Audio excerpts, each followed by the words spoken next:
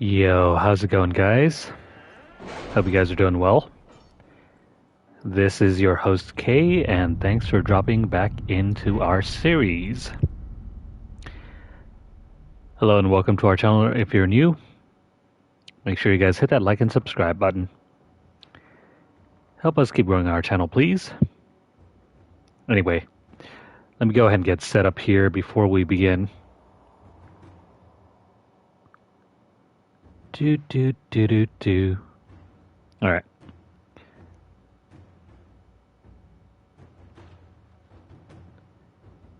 We're going to have a good session today. We got lots of stuff to do. Hopefully we can get all of it done.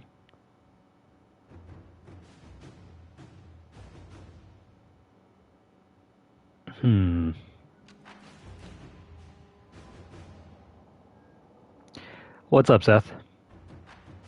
Perfect timing, right?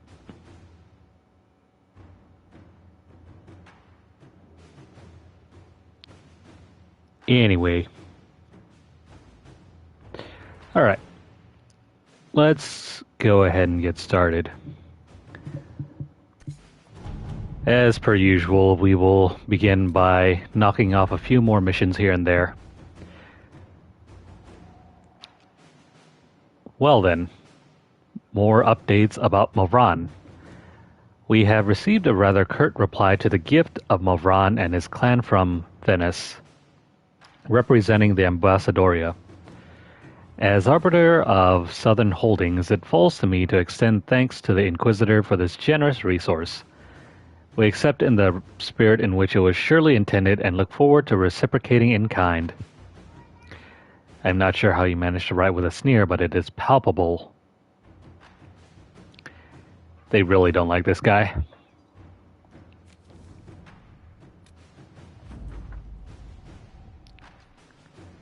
And as for this one, we have identified the Venatori agent. The target was eliminated, and as expected, all other targets went into hiding. Duke Tythus did not locate our operatives during his search. Information the Duke found on the corpse revealed the smuggler's Venatori involvement. Duke Tythus has cut off trade with the Tevinter Imperium and is thoroughly investigating his city. Hunterfell is no longer subject to Venatori influence. Per his request, Operative Iron Bull will receive further intelligence reports to continue his efforts. Supplies from Saharan have also been dispatched. Nice. And this one. Despite their intent to craft a political entity to oppose us, these noble families are too embroiled in their own conflicts to even acknowledge us. We have acquired some additional trading partners who are tired of waiting for a winner to emerge.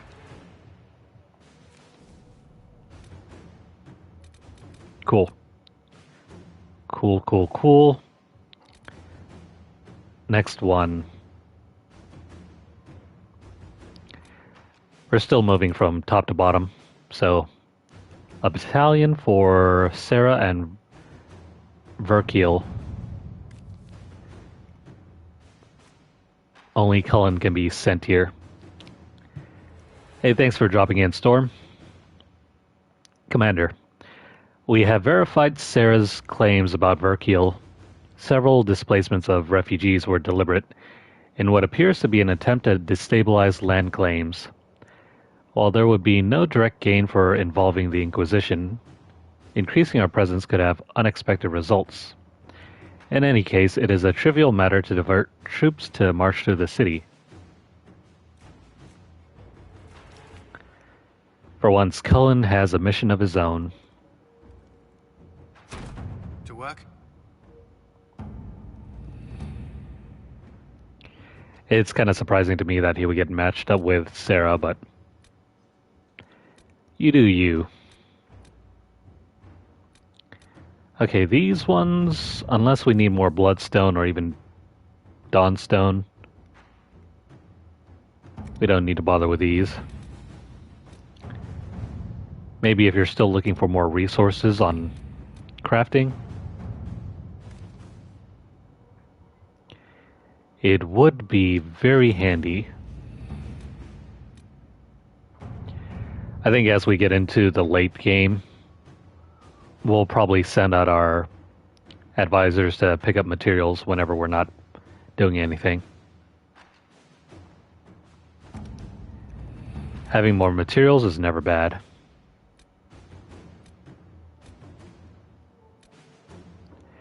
Let's do this one. Truth or Dare, a dangerous game. Nightingale, we underestimated the threat. Our friend, the Marquis or Marquise, met with a dozen nobles in the past week. Bribes in the form of gifts changed hands, most of them busts of Justinia V. We appropriated one and discovered it hollow and stuffed with red lyrium. Interesting. Stuffed statues, I guess.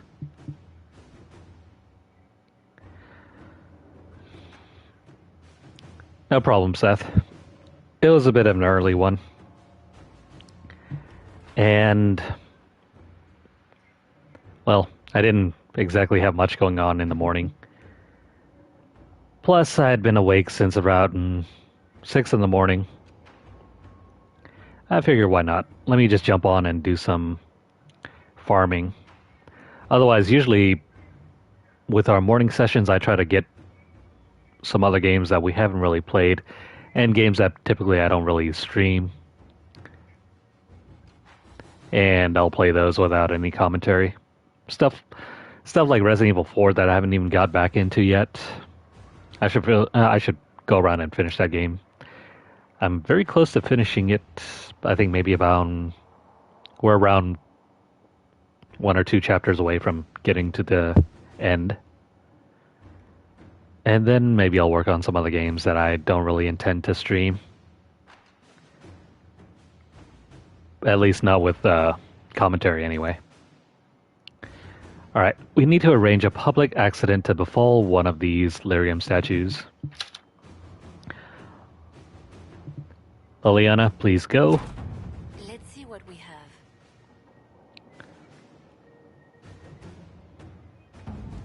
Also, Storm, I appreciate it for you dropping in.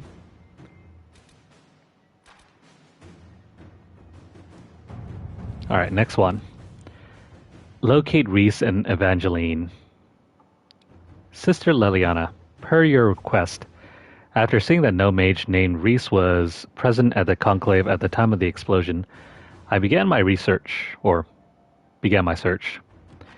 It appears, based on reports gathered from rebel mages, that Reese had originally intended to be at the conclave, but the former Templar Evangeline persuaded him not to attend. She believed corruption within the Templars sought to exacerbate the conflict, and this merited investigation. Evangeline was last seen not far from Valfermin, where a merchant described her as fighting other Templars and being taken, injured but alive. Reese came through the area not long after, searching for her. The forest near Valfermin offered many places to hide, but the Inquisition could track down these renegade Templars if you so order.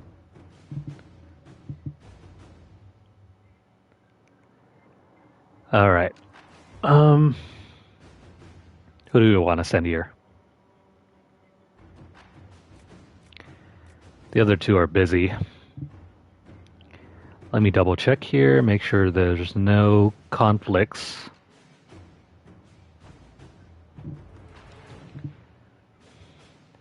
By the way, these characters, Reese and Evangeline, I think they're characters from some other book from Dragon Age. Don't you just love it when games split plot lines and plot threads and throw some like excess stuff into like outside media? I've noticed ever since Assassin's Creed 2, a lot of games do that nowadays.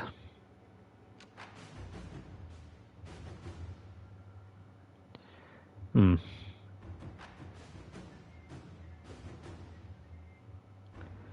It doesn't seem like there's any difference here.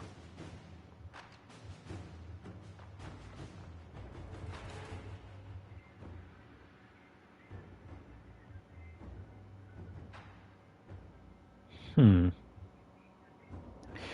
You know what? I'm seeing that there might be a bug here. I'm gonna hold off on this one.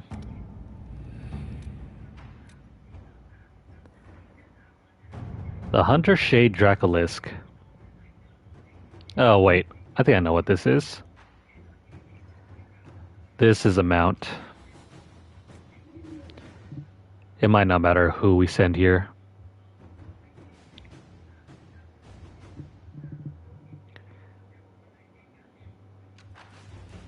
I'm just gonna double check.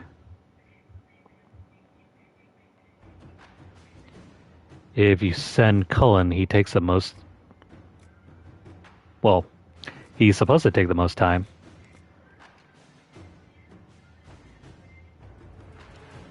It doesn't matter who we send, so Josephine, get this done. Begin.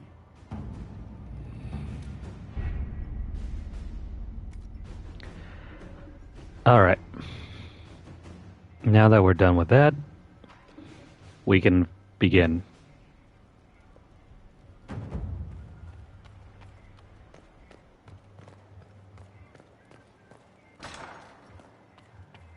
Let me go check out Cole. And what is going on over here?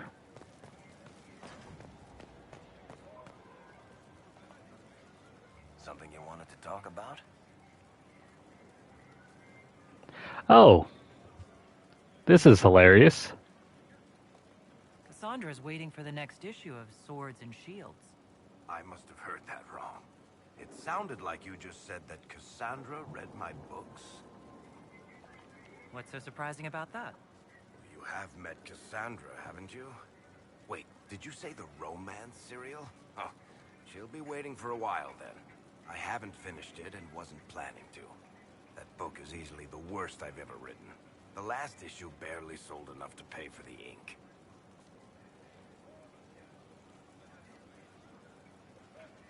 Oh, come on, Varric, you can do us a favor. Do Cassandra a favor. Well, Cassandra seems to be hooked on it. And I honestly thought a hole in the sky was the weirdest thing that could happen. So, you want me to finish writing the latest issue of my worst serial for Cassandra? Oh, that's such a terrible idea. I have to do it. On one condition. I get to be there when you give her the book. And meet his biggest fan? Amazing. You've got a deal. I'll get to work then. You know, the fact that the book is terrible just makes it more worthwhile somehow. I love that for them. If you've got questions, I'm your dwarf. I've read your Tale of the Champion, and I have a few questions. That's a pretty common reaction. Go ahead. Carry on. Well, I hope she's happy. We got her the romance novel. Inquisitor. Will she react? Let me see.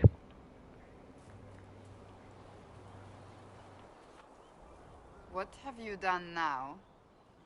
I get it, Seeker. You're still sore after our spat. I'm not a child, Varric. Do not suggest I'm without reason.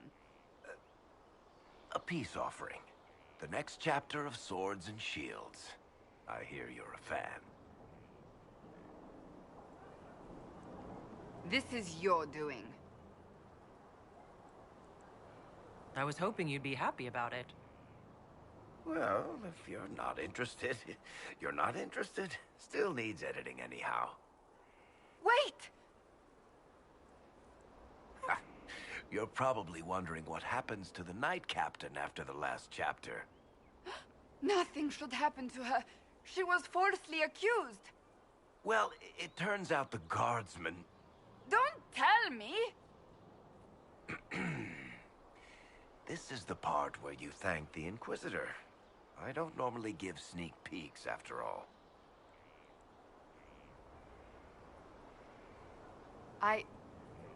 Thank you.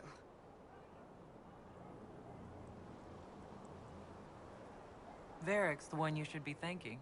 I am but a humble servant to my loyal readers. I wonder if I have time to read the first part. Don't forget to tell all your friends, if you have any. Completely worth it.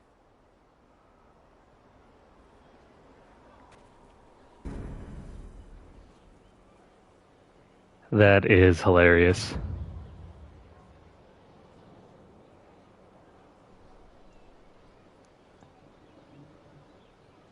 No problem, Storm. Who'd have thought her one weakness, romance. I trust all is well. Too bad, though, we can't romance her. Do you have any advice for me? It's good that you recruited Enchante Vivian into the Inquisition. She is ambitious, but has always shown sense in her dealings with the Chantry. My advice would be to watch her, but heed her when she speaks. That one wastes no words. That's enough for now. Another time, then. I think as far as content with Cassandra goes, that's about the extent of it.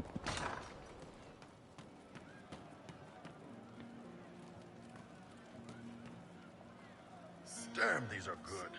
Are these nuts or seeds or whatever? They're good. See you later, Bull.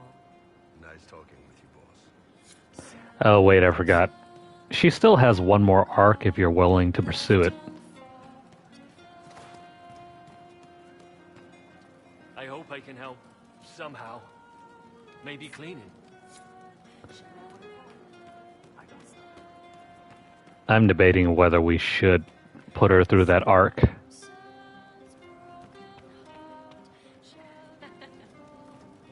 I mean, she seems like the logical conclusion. He was their enemy the whole time, but she made him forget, so he could change. So, Cole. Can I assume you're responsible for the turnips that have shown up in the fireplaces? They don't smell the same, Raw. You needed that soldier to smell them, so he could die thinking he'd gone home. He did go home. I'll talk to you later. Probably. Faith seeks a friend in compassion. Cautious, careful, too much gray, but growing. Wait, does this...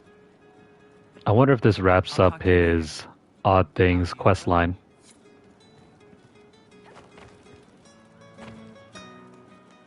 Let me swing by the kitchens, and if there's nothing else, then I think that's probably it for him. And then we can move on somewhere else. Where are we going after this?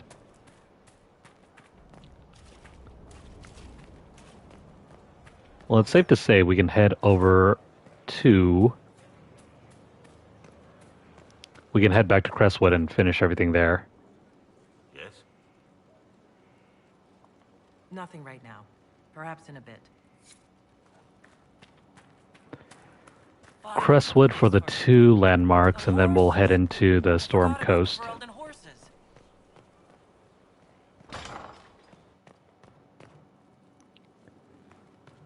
What was that about the horses?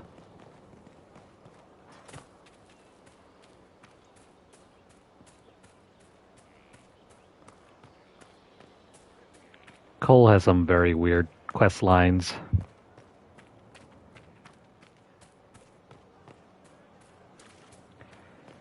For me, he's like the odd sheep.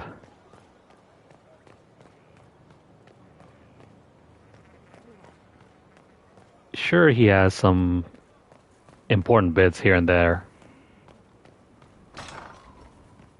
But if I were to skip him, I mean, it's like he's not even in the game at all. At your service.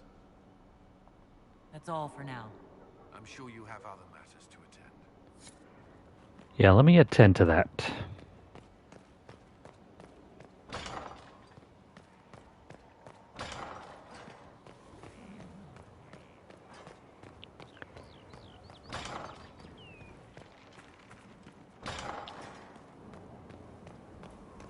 I love how there are so many rooms, but we don't use them all.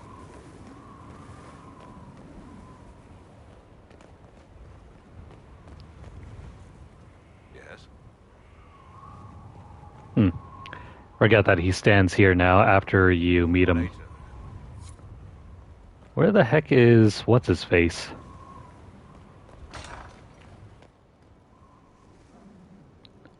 Pretty sure he's supposed to be around here.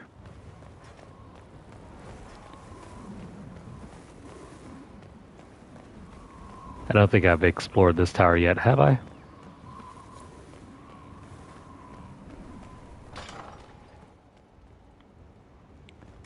So many rooms.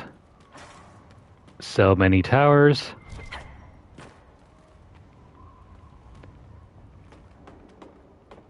So this is what it feels like to have a house with 10 rooms and you only end up using like 2 or 3 of them.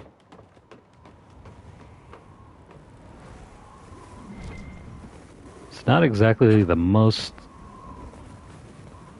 smartest of ways to utilize everything.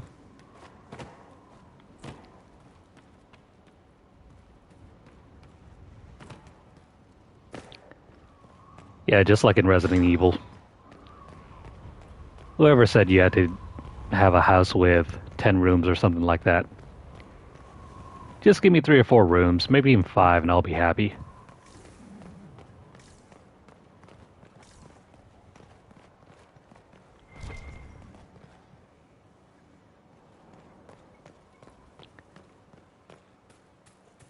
Oh, by the way, did we ever kiss and make up with the mother? Herald of Andraste. No need. Until next time. Alright, let's get going.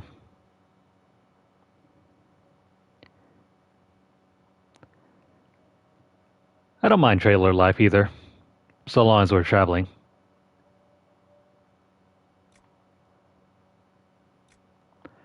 Alright, let's go check out the next... Here we go.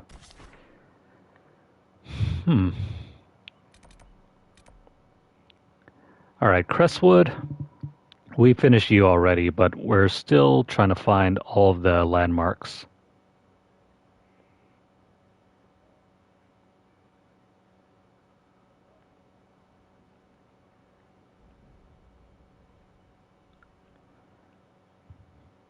There's the map. Here is the map.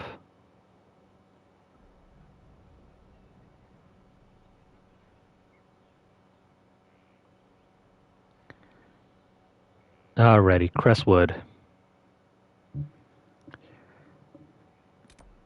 We've found this one.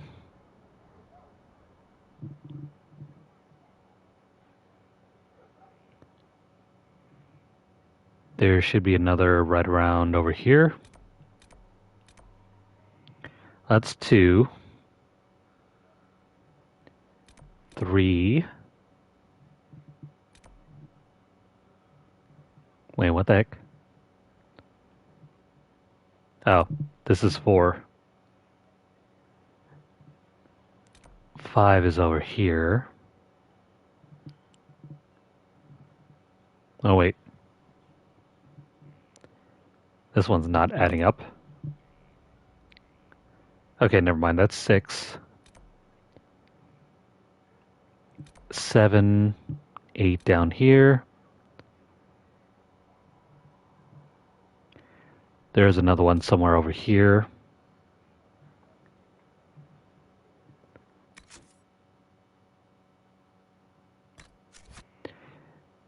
Alright, I see where we're missing.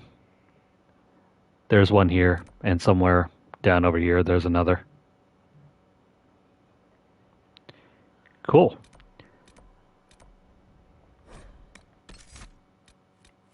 This ought to be quick.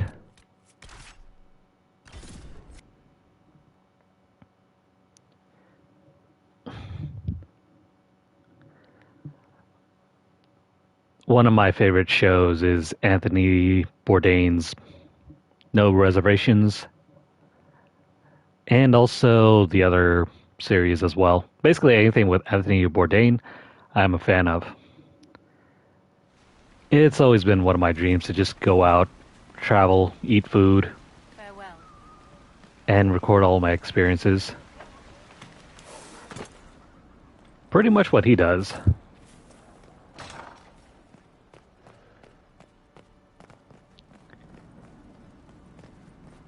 I think that would be an interesting lifestyle.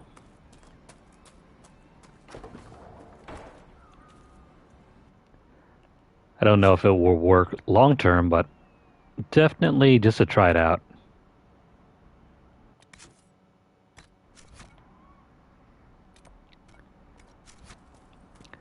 If you have streaming services like Max, you can watch it. Though I'm sure people have uploaded full episodes to YouTube as well. If you're familiar with something like Andrew Zimmern's Bizarre Foods, it's similar to that.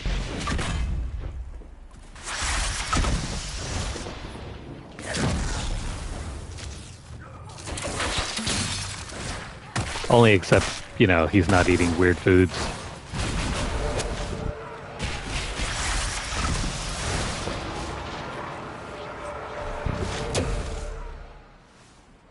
I mean, who doesn't enjoy having a taste of Rocky Mountain oysters?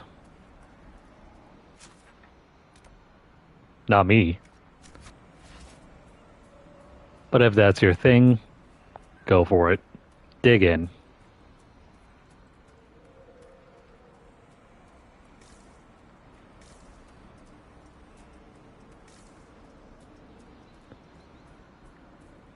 But I miss that guy, though.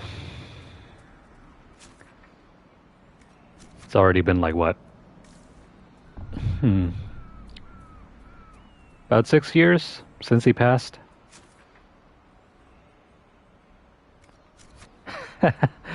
Rocky Mountain oysters aren't those kind of oysters, if you catch my drift.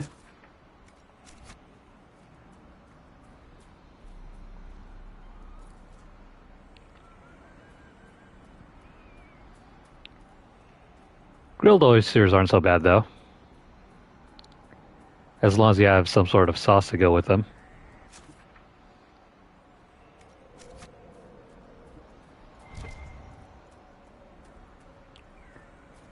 Back when they were relatively affordable, we used to go get like a couple pounds and just throw them on the grill. Wait until they heated up, opened up, and we just pry them out and slap on some sauce. Maybe a little lime. They were pretty good. Especially because they turned into relatively easy drinking food.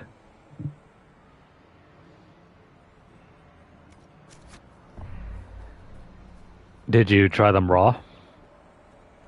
Having them raw is a bit of a learning experience.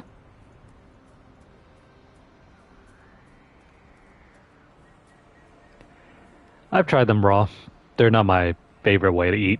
But I'll still take a couple every now and then.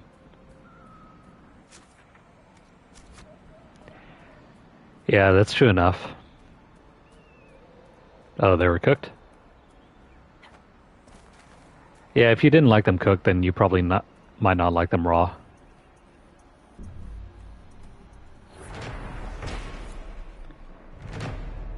I'll just take this quarry. And let me go ahead and claim this.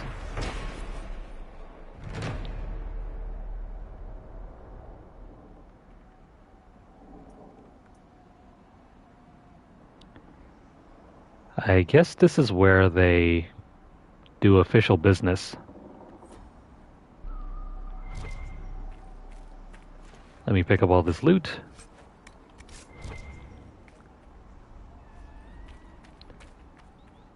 Not really much to grab up here. Now there should be another landmark somewhere up over in this direction.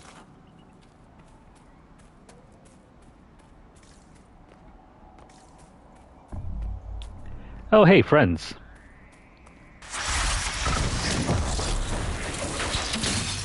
I love how it took so long for them to recognize we weren't friendly.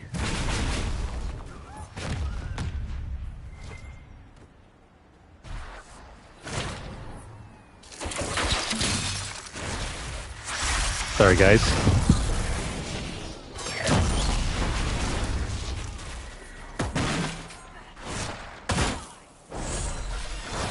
They didn't last very long. Now, where the hell did this come from?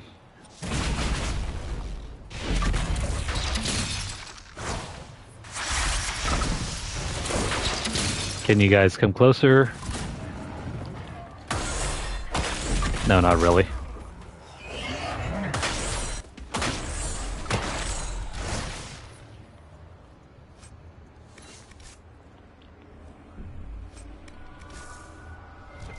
I miss life the way it was a few years ago. Back when food was affordable.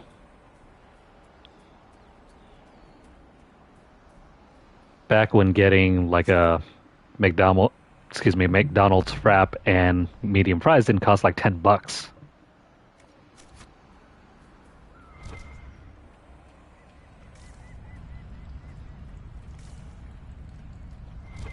Man, I was so appalled when that happened.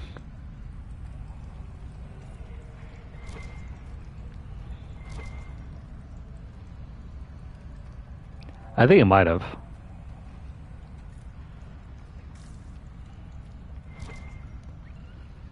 That bull thing gets added guard.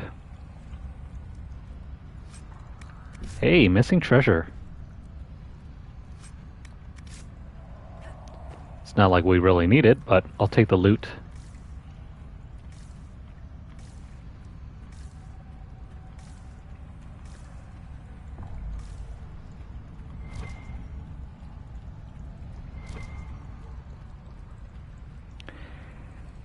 And remember when like a 10-piece bucket actually cost $10?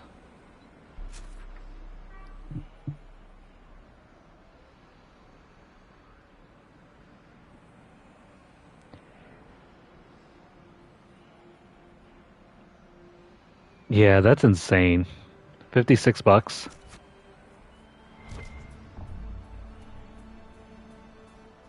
You're way better off just grabbing like a sit-down meal at that point.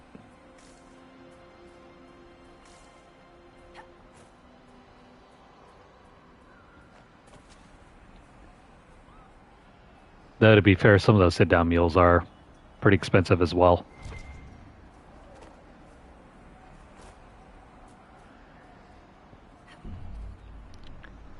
And getting a haircut for me, where I'm at, it costs around $25. Though to be fair, the haircut isn't too bad. All things considered, because when I was making like $13.60 back in like 2020, a haircut cost like $18 anyway. So in that sense, it actually kept up with inflation.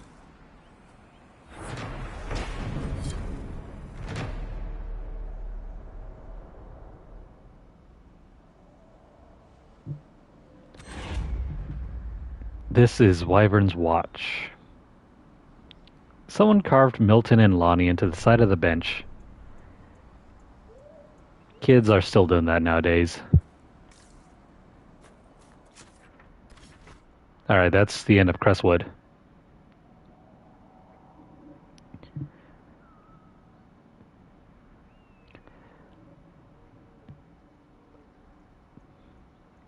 That is the end of Crestwood. Oh, right, the Fallamire. I think there's one location that we never got to around here.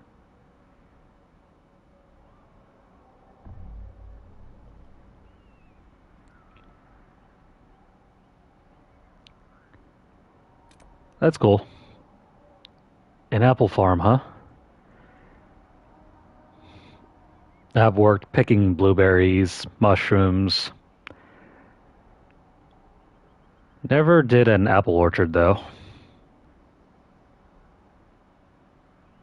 Okay, so I guess there's nothing to pick up here. We've gotten everything.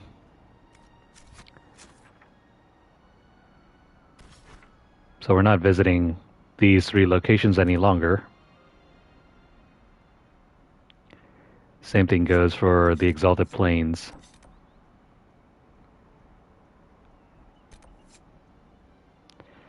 Wow, 30 years. That's been a while. I don't think any of my family members have ever worked in one place for 30 years. The longest was probably around 10 years or so, but then my parents got laid off. Sadly.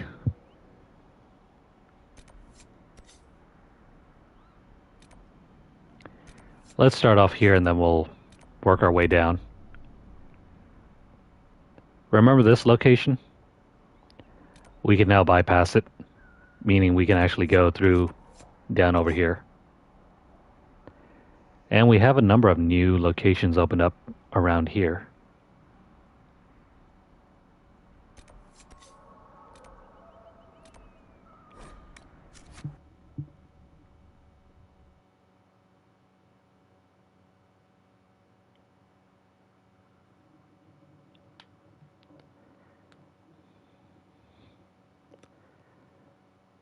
That's a good thing. We cannot allow the Red Templars to maintain a foothold here. You can never predict whenever, like, new management takes over and what will happen past that point. Family-run businesses are no different than any other business, but good on them for sticking it out and maintaining the business.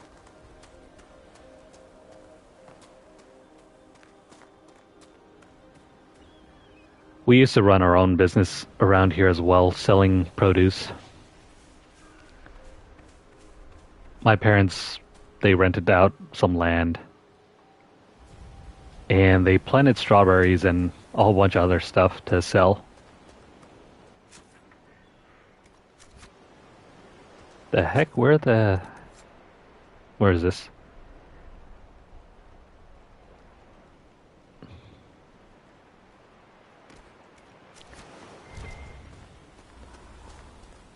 Where the heck are the Darkspawn? Oh wait, we gotta go through this tunnel over here.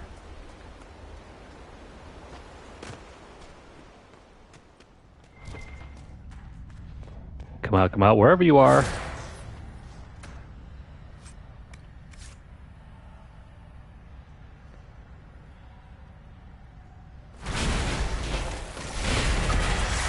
Oh no.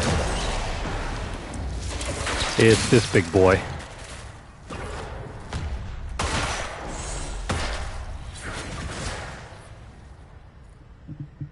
Everyone all right? No, we're not all right.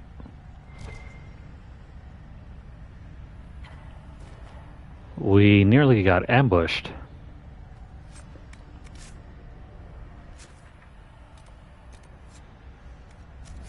Wait, what? I thought we were supposed to seal this place.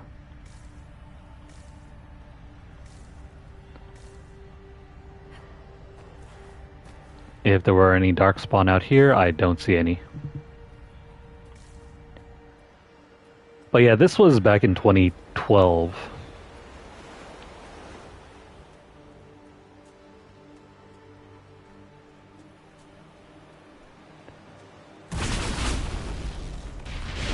Portions of it I don't really miss though.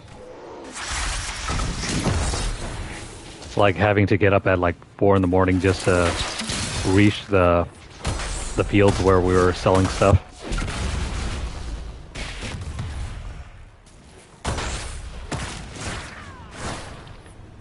Thankfully I didn't have to pick the strawberries. All I had to do was just sell it.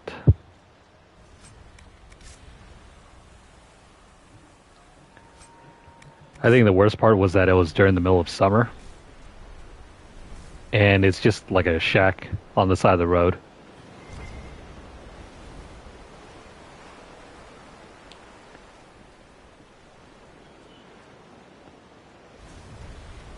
So yeah, standing out there in the middle of summer and selling fruit. We'd be out there like over 12 hours too.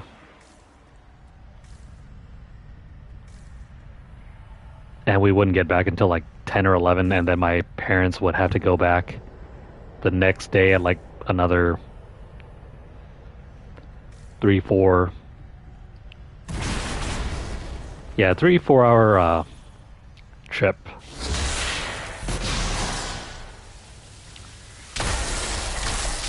That's how life was like for us for like 3 years.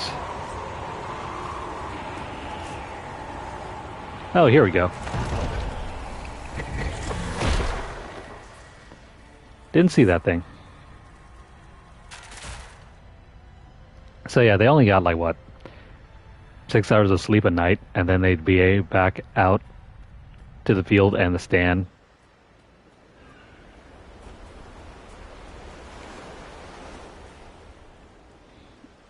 I mean, they did make a good deal of money since it was their own business, but it was pretty tough labor.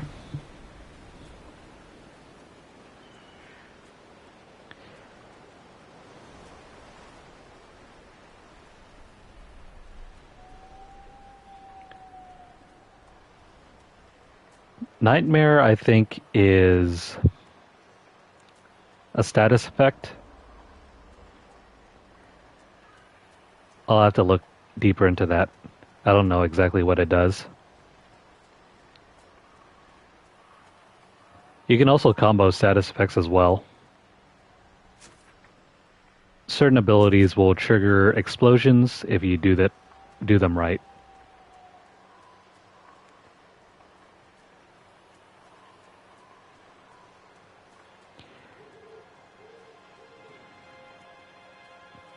Maybe in a build that isn't as OP as mine, you'll rely more on that.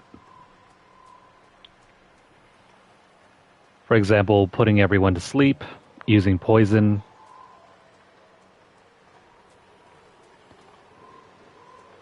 and also freezing enemies and triggering explosions by putting them on fire.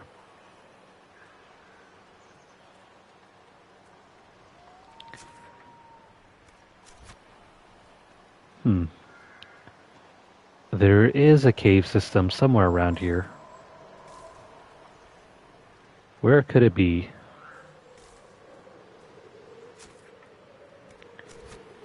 Maybe it's down over here somewhere.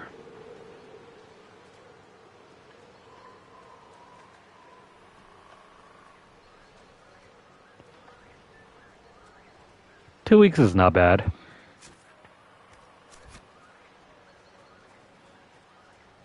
When I went to pick mushrooms in Idaho, by the second week I was already dying to go home.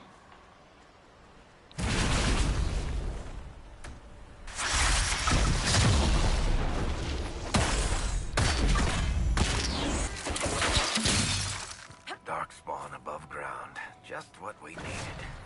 I watched someone nearly die from the blight. It's not something you forget. Only way out was for him to become a Grey Warden, which means he's stuck fighting Darkspawn the rest of his life. The person they're referring to is Hawk's brother.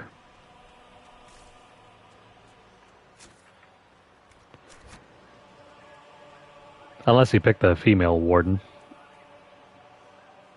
Actually, no, never mind. It's not the female warden. If you play as a male hawk, or not male hawk, as a mage hawk, one of your siblings ends up passing away. Well, it doesn't matter for which gender. It only matters if you plan on playing as a mage. You have two siblings in Dragon Age 2. The sister passes away if you play as the mage hawk. If you play as a warrior or a rogue, the brother dies.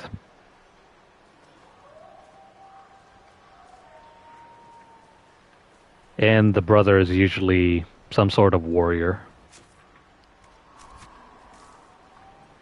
I always thought it was a neat touch.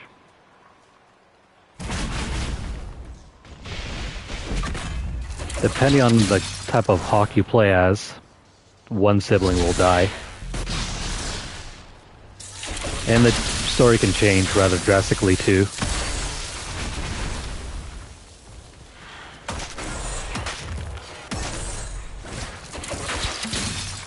Because if you really don't like mages,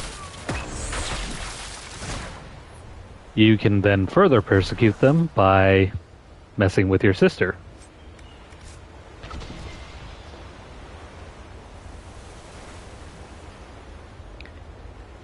And you thought sibling rivalries were that bad, huh? You ain't seen nothing yet.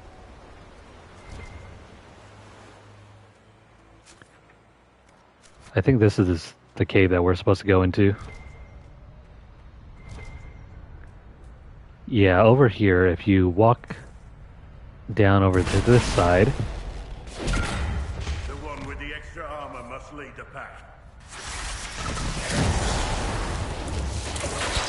If you take him down, the rest will follow.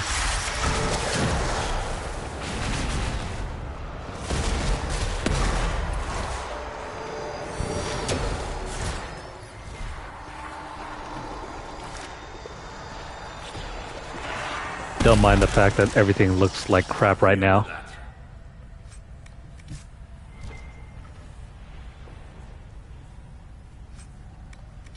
With all the effects on screen, it's hard to tell what you're doing.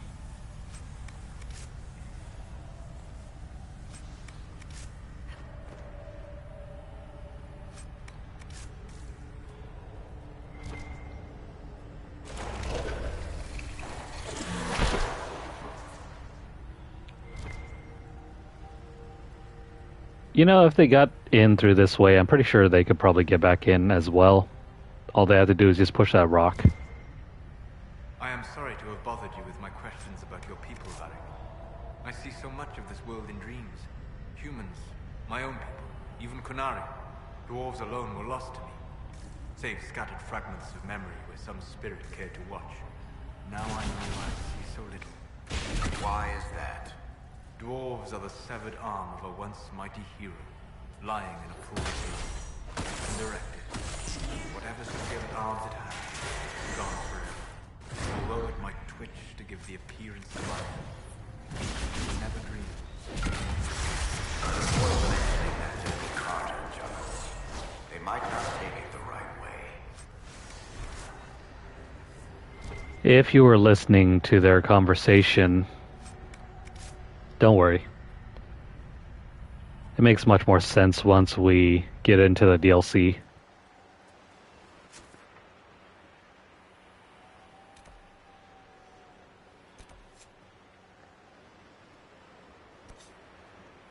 I'm sorry to hear that.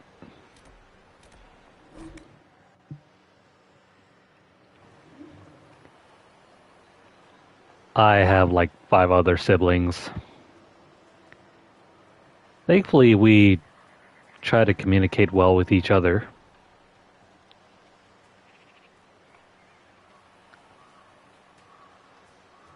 I'm the oldest, though. Anything I say does go. Yes, I'm that evil older brother.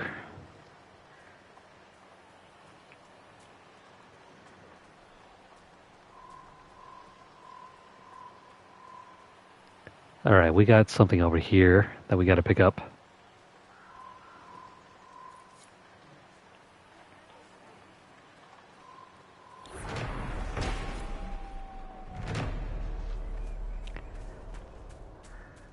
I got like 2 younger sisters that are like within 3 years of me.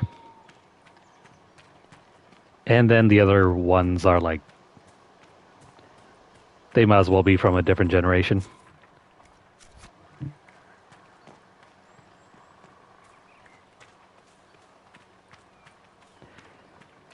I wasn't even a year old yet when I was not an only child any longer.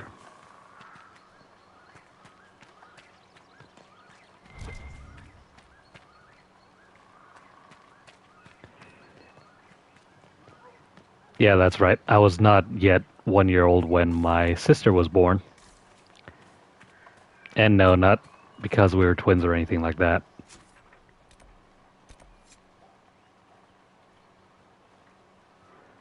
Oh, never mind. In order to do this, we need Bull with our party. Let's do that.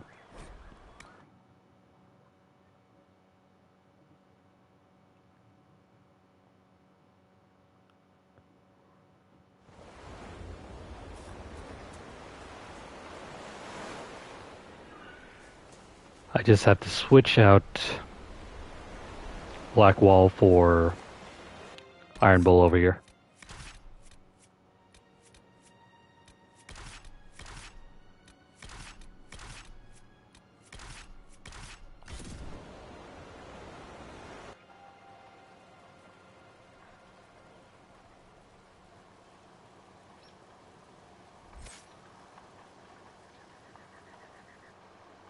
All right. Our Kunari contact should be here to meet us. He is. Good to see you again, Hisrad. Gat! Last I heard, you were still in Saharan. They finally decided I'd calmed down enough to go back into the world. Boss, this is Gat. We work together in Saharan. It's a pleasure to meet you, Inquisitor. Hisrad's reports say you're doing good work.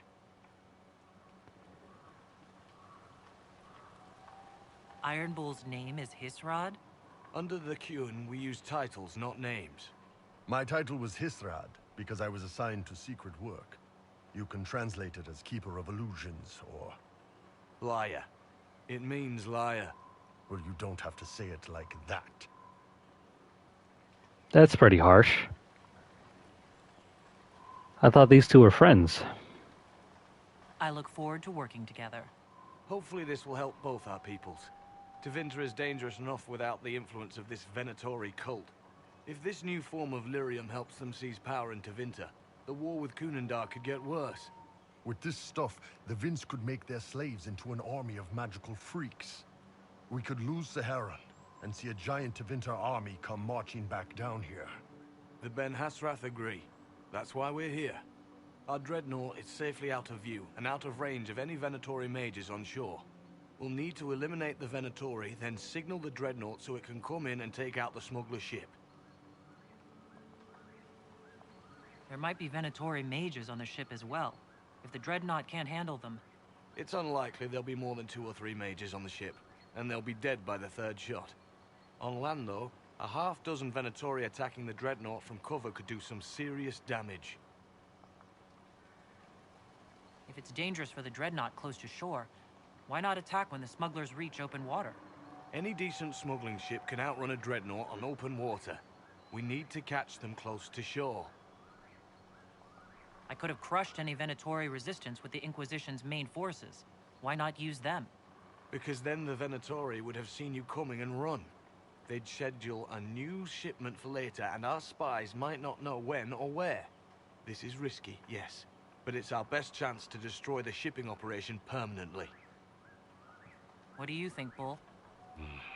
Don't know. I've never liked covering a dreadnought run. Too many ways for crap to go wrong.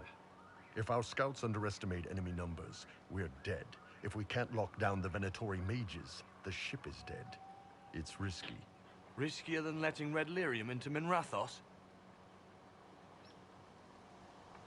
Let's go hold up our end of this bargain, then. My agent suggested 2 possible locations the Venatori may be camped to guard the shore. There, and there. We'll need to split up and hit both at once. I'll come with you, boss. Krim can lead the charges. Let me fill him in. Come by when you're ready to move.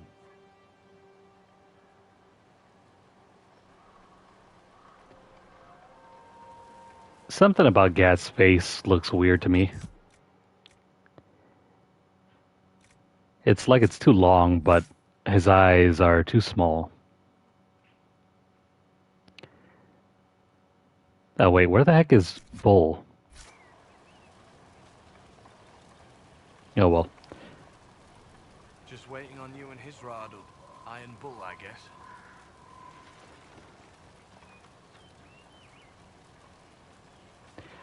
Oh, brief reminder, if you're not experienced with Dragon Age 2, or Dragon Age in general, the Qunari aren't just a singular race. It's more of a way of life. That's why this elf is part of the Qunari.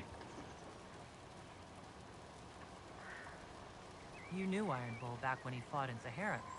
Yes, he led the group that freed me. I was a Magister's slave, and when the Magister went to Saharan, he brought me along. For company. Iron Bull and his men attacked my master's ship and killed him, as well as his soldiers.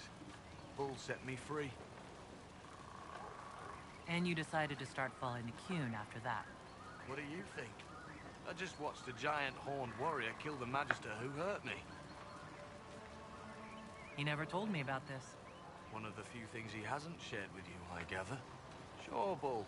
Share the secret Ben Hasrath reports, but keep that bit where you saved the elf boy to yourself.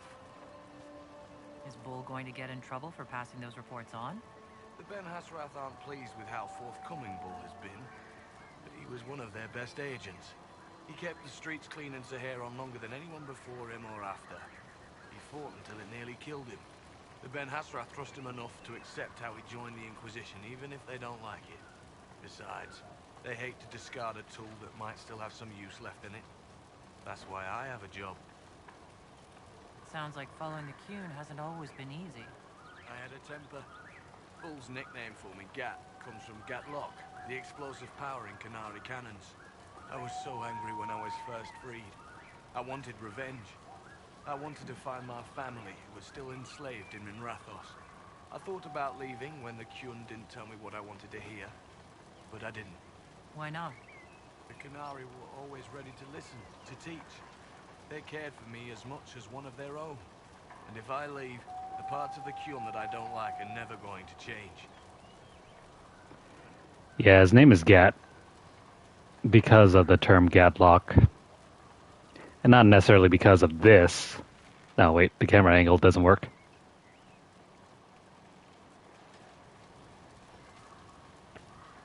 Oh man, Gen Z language makes my head hurt. How did an elf end up working for the Qunari out here? The Ben Hasrath usually pick elves or humans to work outside of Kunandar. We're a little harder to spot. I've worked in Orlais and Navarra, but only for a few years now. What did you do before that? When I was old enough, I fought Tevinter forces in Saharon. I was too angry to do much else. It took me a long time to accept the Qun, to get past justice, to purpose. Some days are still difficult. No one's actually detailed how an alliance with the Qunari will help the Inquisition. The answer to that is above my rank. But the Qunari don't really bargain. They don't know how.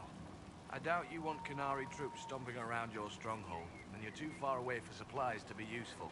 You get more use out of our ships, I imagine, and the agents we've got spread across Thedas. We know a lot more than what Bull sees in those reports he's been forwarding to your spy master. The last time someone tried to bargain with the Qunari, they ended up killing the leader. One of the leaders, anyway. Do you have a minute to talk about the Qun? I'm a spy, Inquisitor, not a teacher. I'm not interested in converting anyone or debating the philosophy. But I suppose it would make for an interesting report to hear the Inquisitor's opinion of the Qun.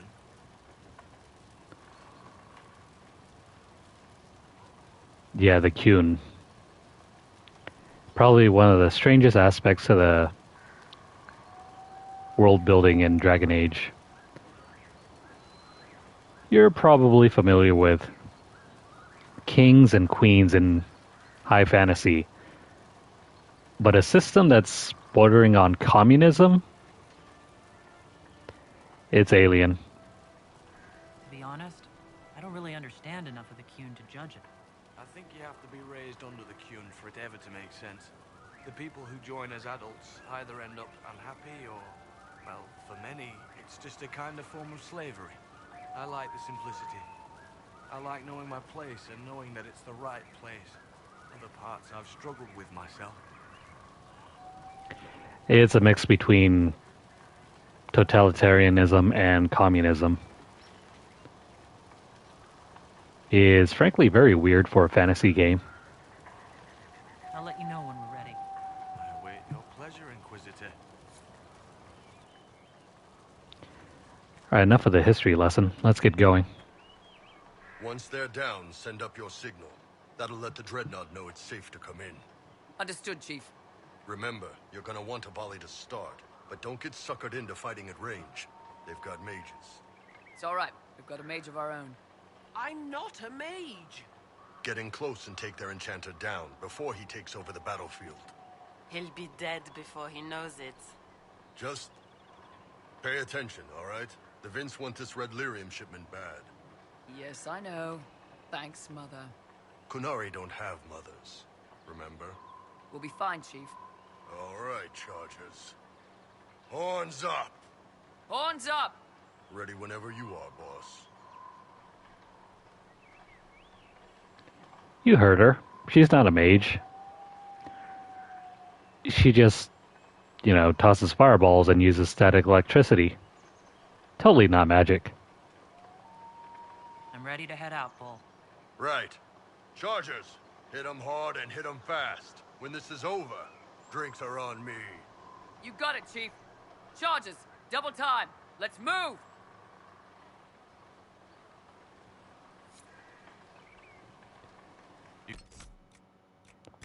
Alright, let's upgrade What's-His-Face first.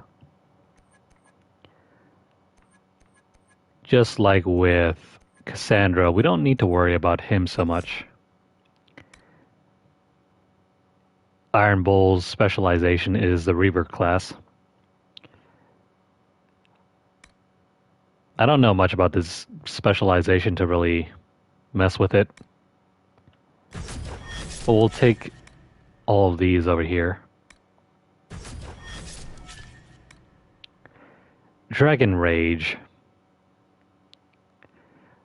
The Reaver is something close to a Berserker class alongside a Vampire class.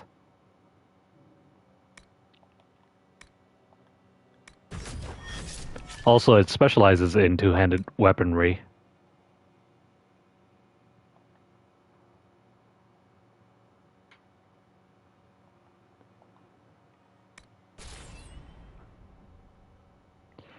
And I guess if you want to eat enemies, here you go.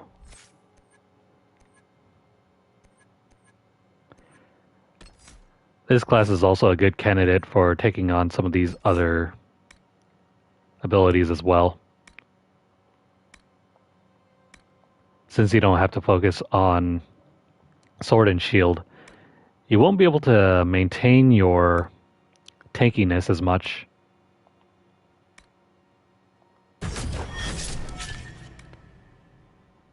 But whatever you can get, take it.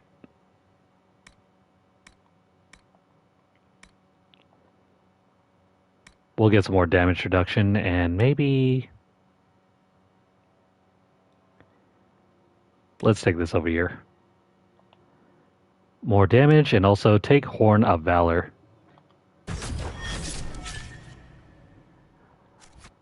We're just going to cover him. We're not going to give him any new gear. You think? Lower and farther from the smuggler's ship, it's much less likely to be heavily defended. Suppose we'll do the heavy lifting then. Just like old times.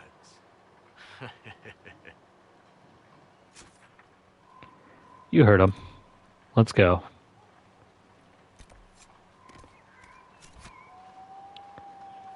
This is Iron Bull's famous companion mission. People put on shirts. We don't, usually. It's pretty hot where we come from. But I can get into anything with a loose collar. Just gotta ease one horn through and then angle it up. There's a term for getting caught unprepared that translates to running around with clothing stuck on your horns. Colorful.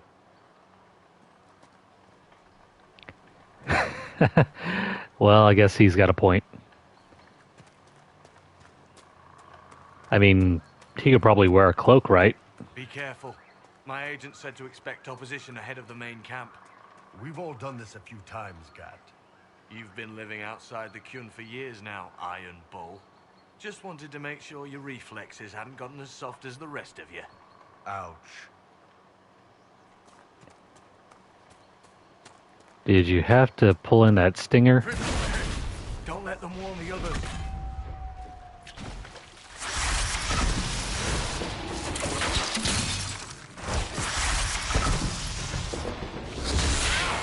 This isn't going to be a problem. Keeping Bull alive might. Don't see any tattoos, but you're carrying a staff.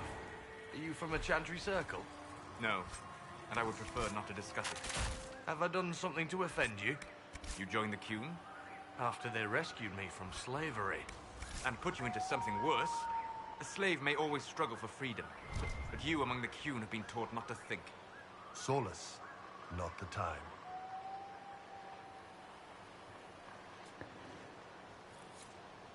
Alright, so it's more than just totalitarianism. They're also fascists as well. Get ready. We're close.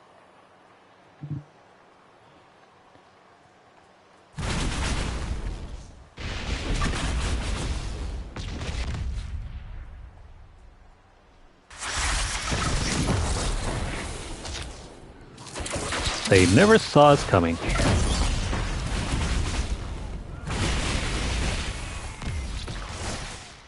Also, you can see now why Energy Barrage is so dang powerful. You can cast it twice in a row, and it basically sends out nearly 50 projectiles.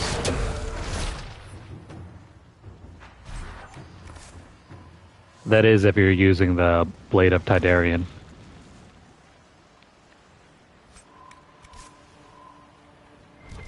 If you're not using it, then the standard cast is only like 12 projectiles. But with the blade, you can also get an extra helping by putting on a crest. Or not a crest, a rune. So 24 and 24 gives you an easy 48. Not to mention, if you throw on hidden blades as well, that will give you an additional 5 hits.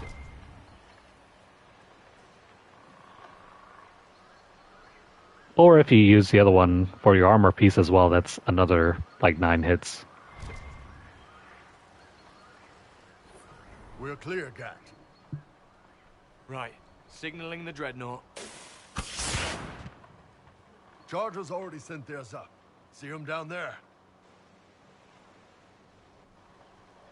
I knew you gave them the easier job.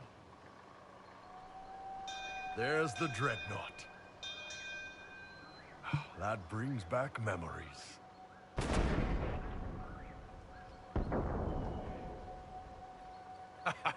Nice one. Crap.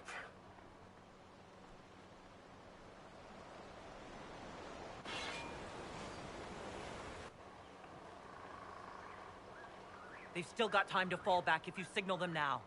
Yeah, Your men need to hold that position, Bull. they do that. They're dead. And if they don't, the Venatori retake it and the dreadnought is dead. You'd be throwing away an alliance between the Inquisition and the Qunari. You'd be declaring yourself Tal-Vashoth. With all you've given the Inquisition, half the Ben Hasra think you've betrayed us already. I stood up for you, Hisrad. I told them you would never become Tal-Vashoth. They're my men. I know, but you need to do what's right, Hisrad. For this alliance, and for the Qun.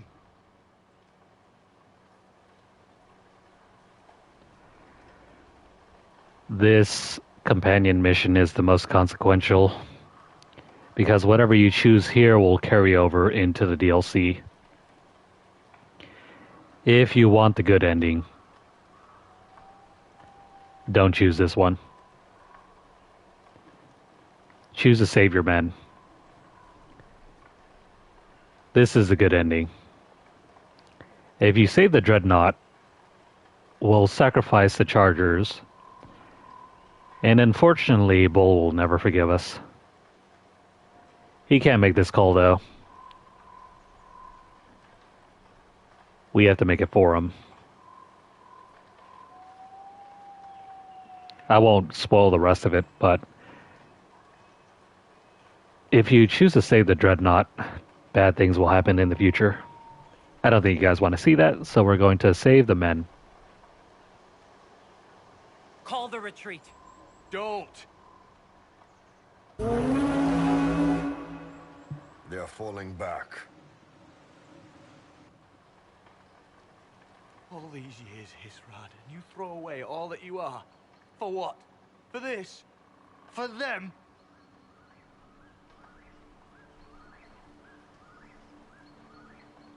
We can make this up to your people. No, you can't.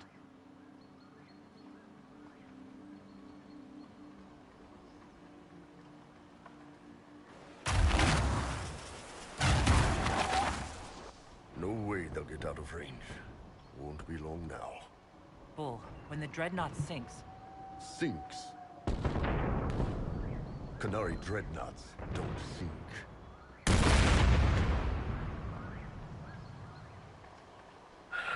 Come on. Let's get back to my boys.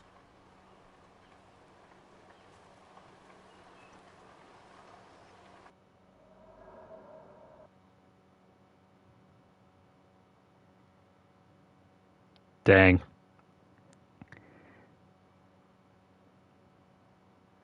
Well, he was right. It didn't sink.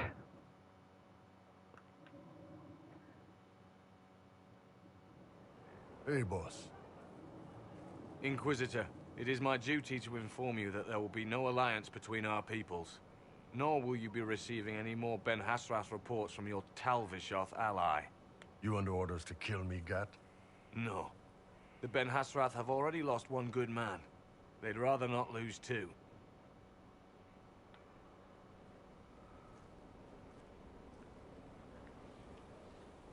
So much for that.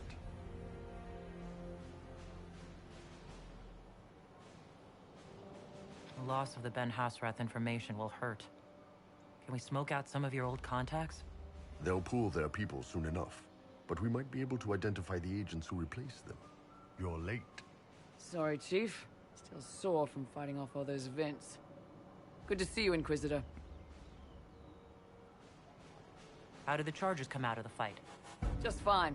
Thanks to you and the Chief, we had plenty of time to fall back. Chief's even breaking open a cask of chasing sack mead for the Chargers tonight. Damn it, Krem. That's the kind of thing you don't have to mention to the Inquisitor. Sorry, Chief.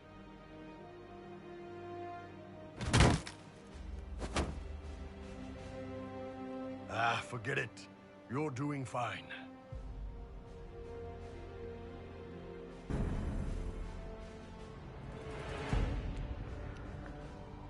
Well then, we have no alliances to fall back on. How many have trained you? And unfortunately, we made the Iron Bull betray his own people.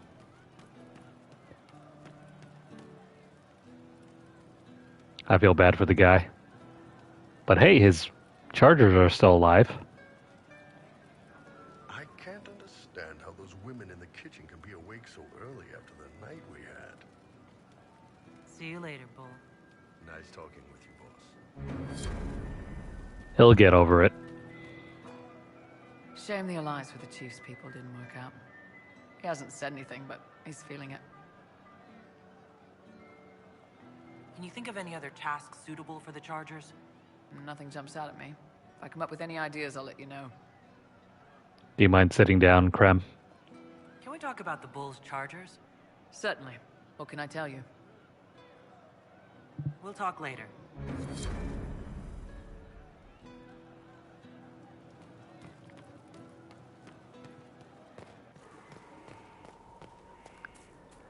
I've never gone down the other route. But trust me, it's not a very happy one.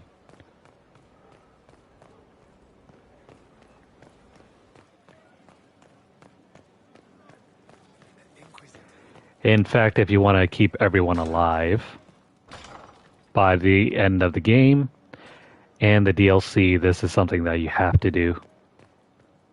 At your order. Let's speak later. Another time.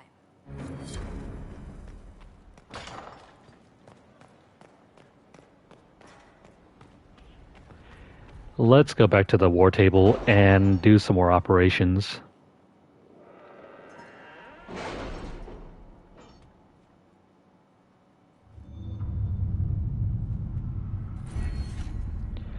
Oh, and hey, we got another perk.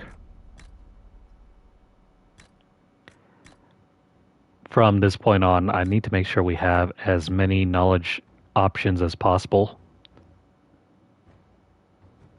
This is so that we can get all of the various dialogue options available in the game.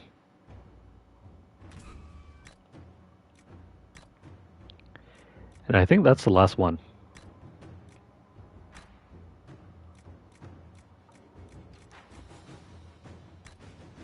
Cool.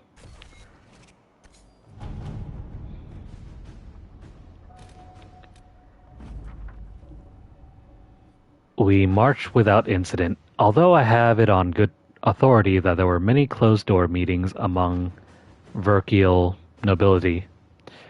Several useful names have sent diplomatic envoys, and potential future gains may be impressive. Do not tell Sarah I said so.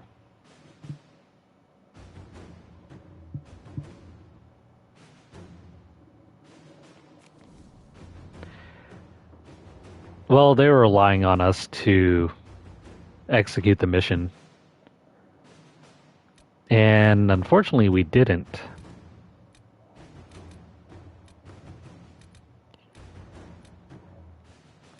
Rather than sacrifice our own allies, we kind of just blew everything up.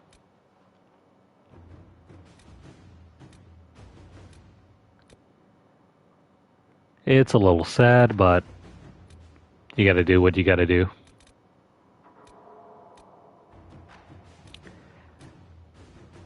We're still waiting on these two.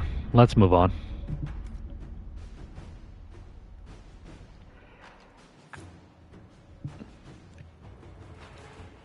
Hey, how's it going? How do you say your name? Eivor?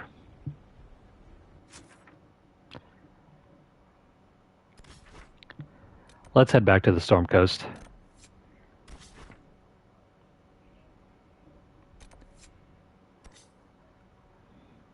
Now that we're done with that, we can continue on.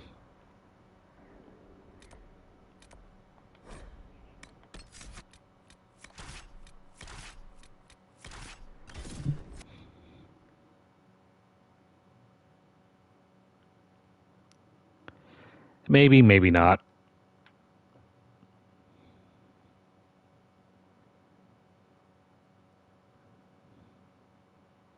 Still, we had a choice, and we made it.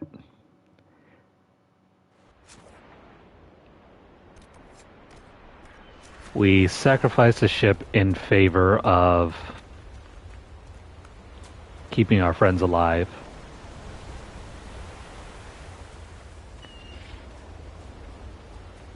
Remember, nothing in life is ever perfect. Sometimes you just have to make the choices that you're presented with.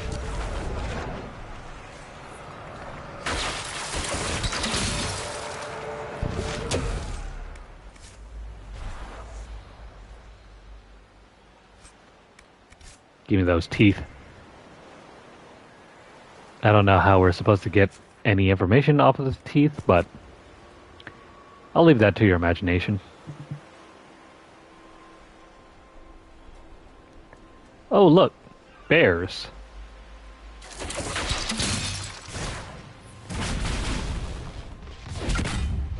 Yes, we can set a bear on fire.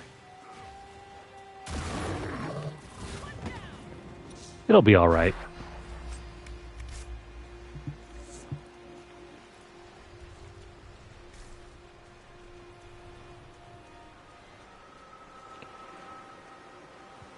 Perhaps if the enemies were some kind of animal, I can see how you would be able to do some research off of that, but these are like humanoid enemies.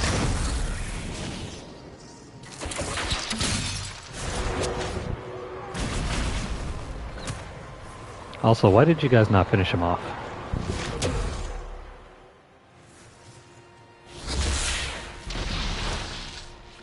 Stay back over there.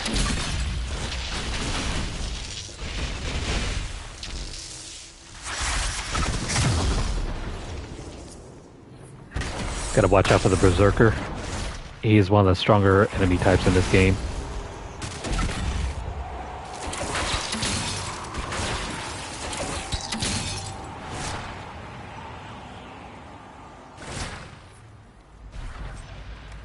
You never want to face off against one of those 1v1.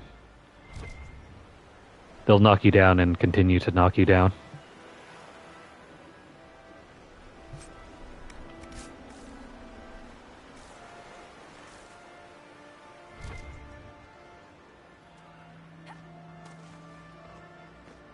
Blackwell's the most likely candidate to stand up to them, but Our black wall isn't exactly the most tankiest. Speaking of which...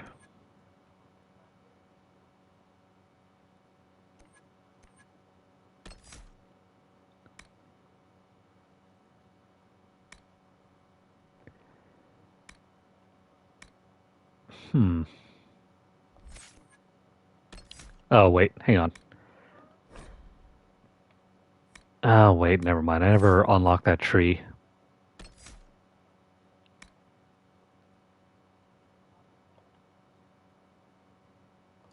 Oh, here we go. Here's another way to ensure that he continues to be tanky as hell. Livid is amazing.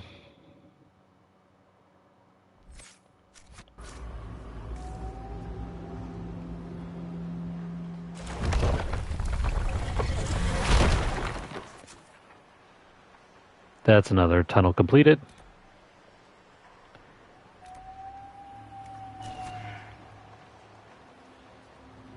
Well, this is going to be fun. We're going to follow this river all the way up.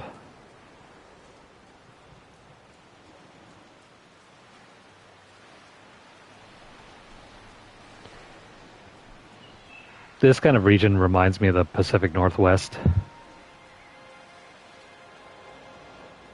All the pine trees and mountains, cliff sides.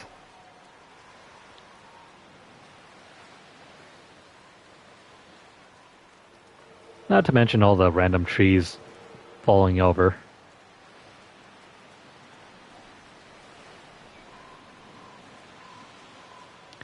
And of course the rain.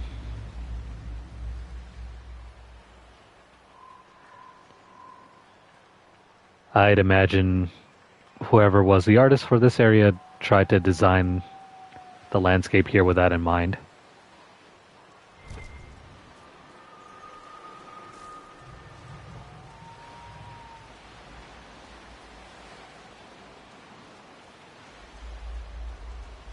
Yeah, that too. The beginning area.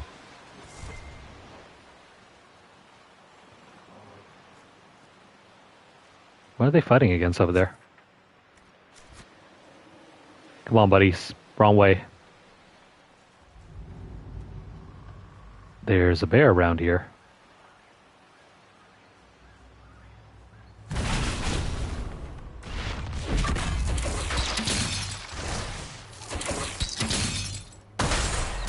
Back away, you.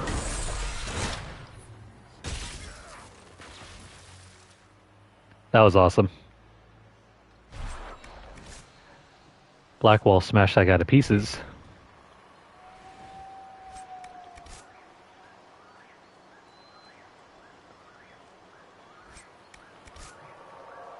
That's one of the few ways that you can combine your abilities. That's why PC players favor the tactical mode, because you can string out your attacks in succession and then create combos like that. I mean, it's still possible to do that in this mode. In the standard action mode, I mean. It's just harder.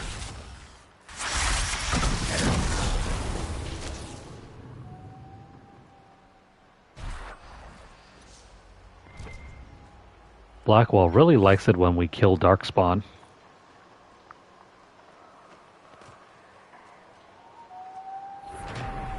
Compare that with the Iron Bull. Iron Bull likes it more when we kill dragons.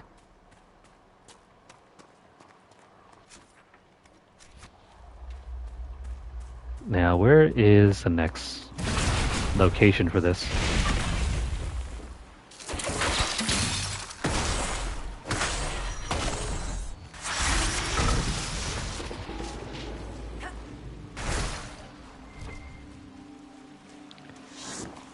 It's probably going to be a little deeper in.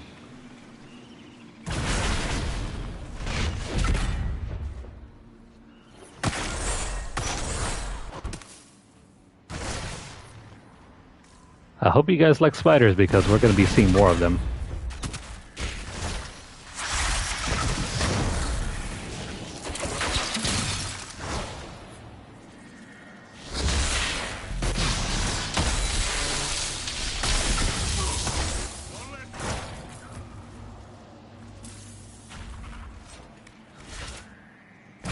Even more dark spawn.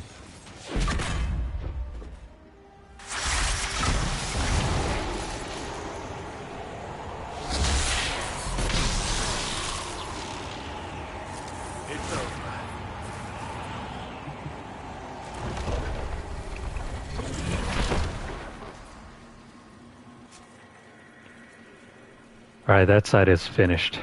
Now let's go over here and wrap up everything on this end.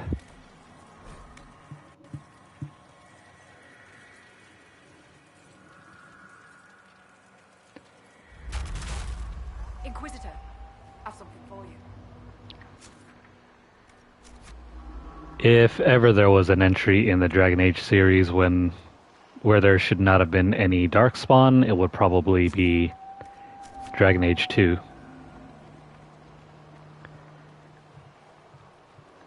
They're not as important in that game, though they do play a small bit part.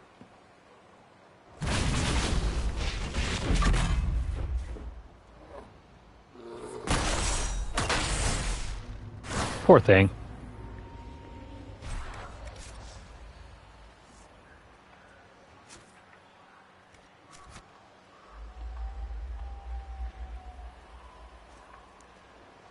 We're going to be the reason why there are no more bears in Thetis.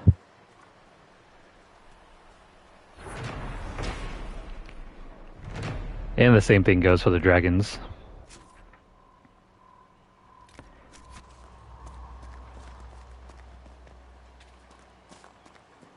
You'd think that with as much dragon slaying as we do, there wouldn't be any more dragons.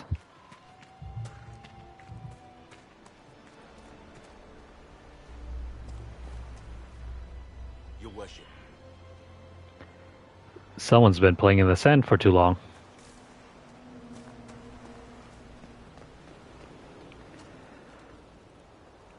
Alright, last time we were here, this doorway was blocked off. Now we can go inside.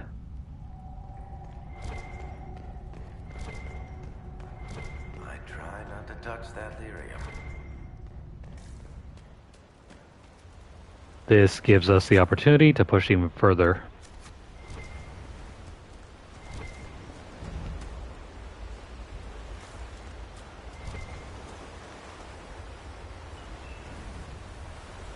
Wait, I didn't see this the first time around. Well, there's a key.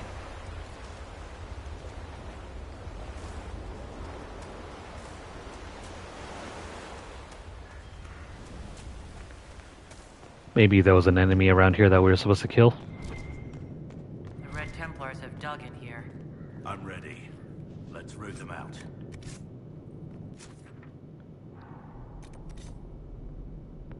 We killed all of the darkspawn around here, right?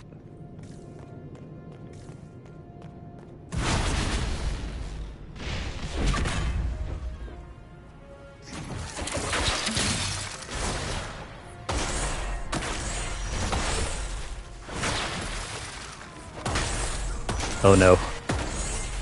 We don't want to mess with this big boy. No crap. Sorry for that. It's hard to see what's going on.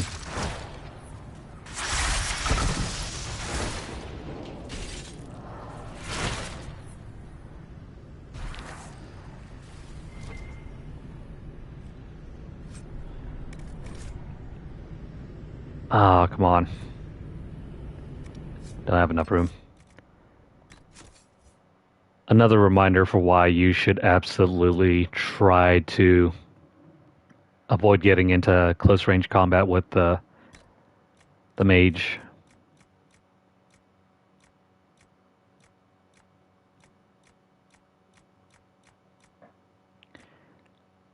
I guess I'll destroy this thing.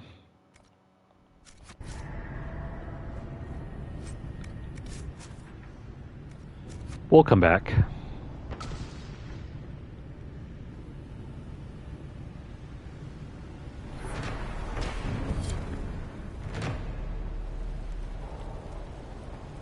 Built into the cliffs of the Storm Coast, the port at Darwin's Mouth once connected the Dwarven Tykes to the Waking Sea. In addition to the increasing trade between the dwarves and their allies in the Tevinter Imperium. Direct access to the deep roads meant diplomats from Orzammar could visit the port without fear of losing their stone sense. The site thus became a popular meeting place for ambassadors of the two nations. When darkspawn incursions forced the dwarves to retreat into Orzammar, the deep roads leading to Darwin's Mouth were sealed and the port fell into disuse. At least all reputable use of the port ceased. Bandits, smugglers, and pirates are known to use the various caves along the storm coast, including Darwin's Mouth itself, for their own gains. What's going on, Mr. Critical? And we cannot cross it. Thanks for dropping in. Alright, we'll be back. I need to empty out my pockets.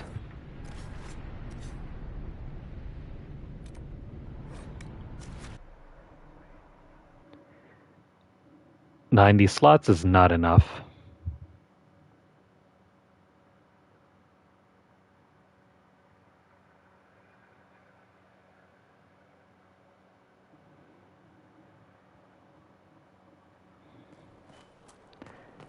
Cool, cool.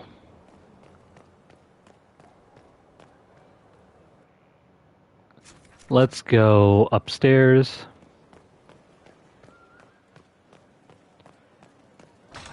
Let's get all our research in.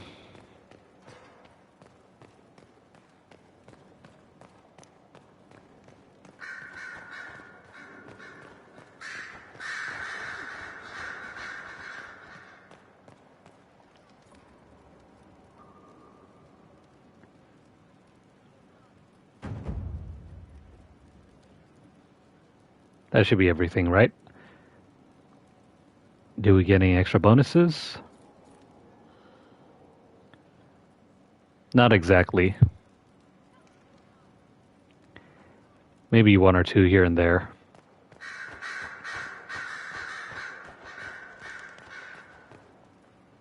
I'm listening. Back to work. Finally. The one instance where fall damage doesn't matter. I'm grateful for that. Imagine you had to go around everywhere. That's not fun.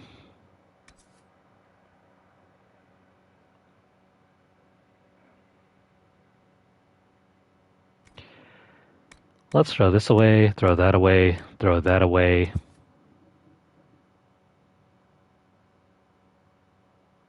No, we don't need this.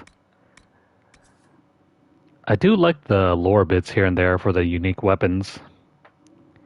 Gives you some added history about what's going on in the world.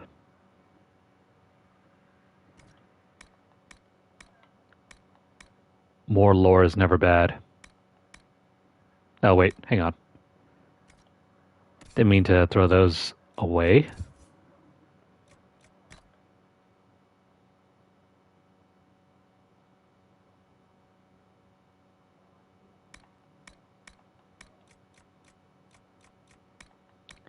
You know what? Let me move these over here.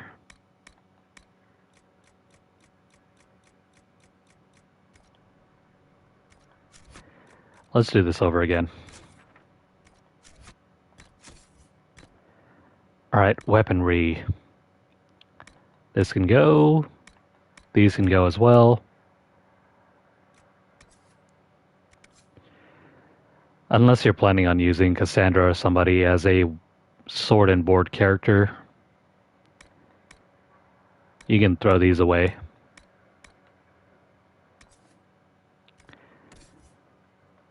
Black wall, can we use any of these?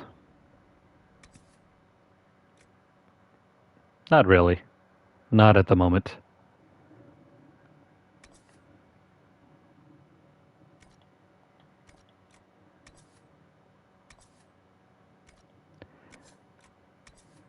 Oh, I forgot. This one has the ability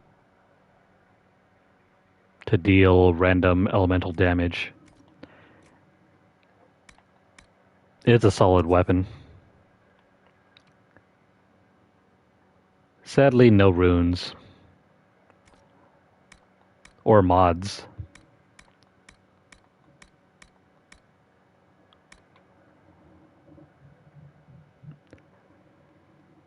I hope that in the new Dragon Age game, they take the time to expand the story.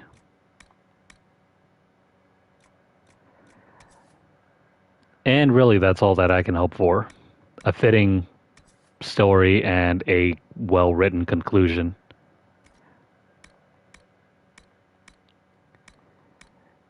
As for the combat, I don't really have high hopes there. Though to be fair, I've never been into this game series for the combat. It's always been kind of hit or miss for me. Like, I like the combat in this game, but I don't like it in Dragon Age 2. And Dragon Age 1, the combat was kind of meh to me.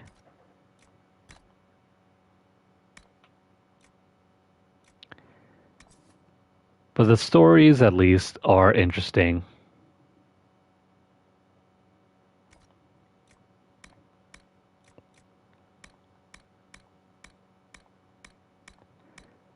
Unlike, say, maybe Mass Effect, where I like the combat.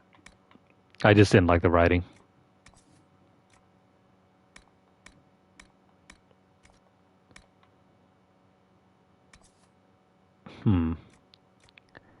I don't think we need any of these.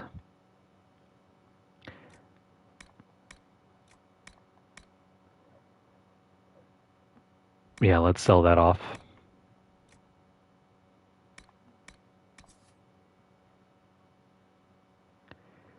This one has no sigil, slot, or even upgrade or mods.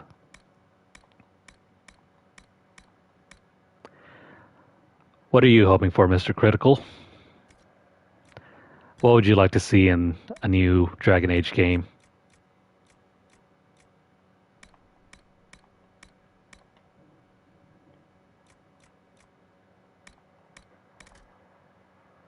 Oh wait, can't throw that one away.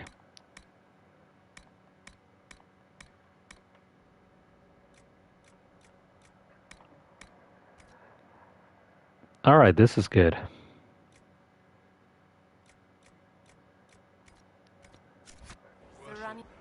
Your worship.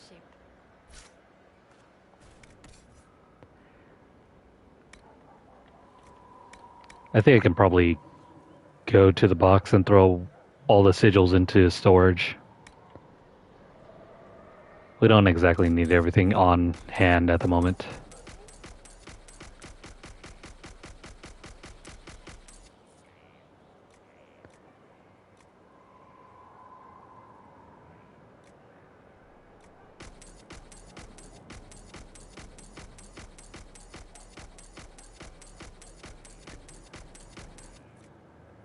Better combat is always hopeful or wishful thinking.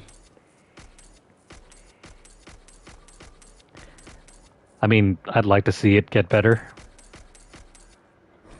And hopefully it does. Good fortune, Inquisitor.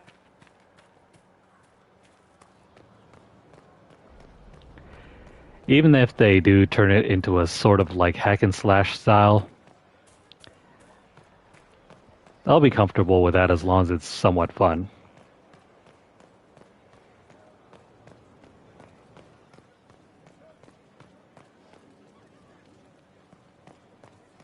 Inquisitor? What I hope it doesn't turn into is another Souls-like game.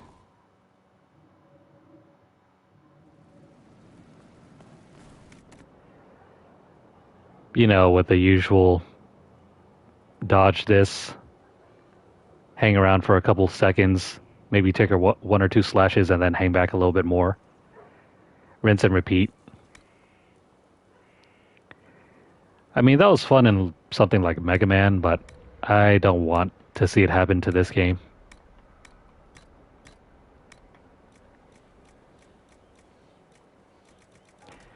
Let me throw all these in here. And I guess all these as well. There we go. Let's head back to the coast.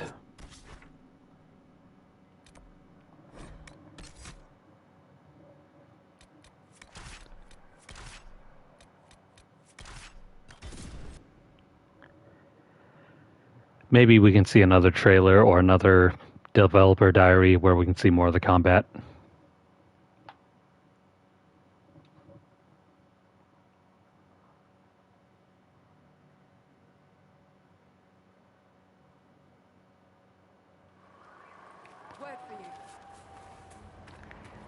If anything, if they make it sort of similar to Final Fantasy 16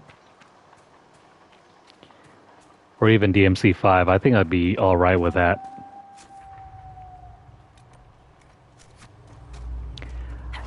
I had plenty of fun with Final Fantasy 16. It's not perfect by any means, but it's still pretty damn fun once you understand what you're doing.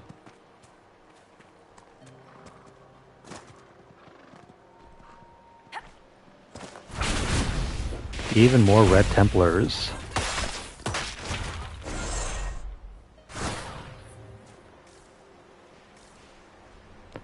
Oh, this big boy.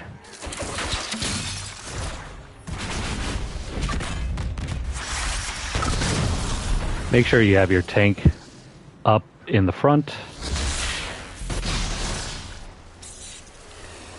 And then just poke away at him from a distance.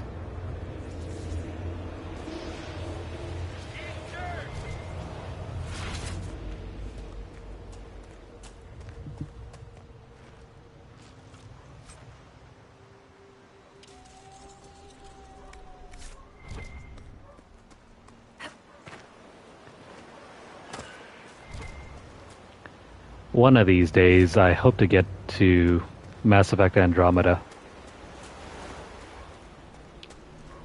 Because based on what I saw in some of the early, like, gameplay videos of it, I like the combat.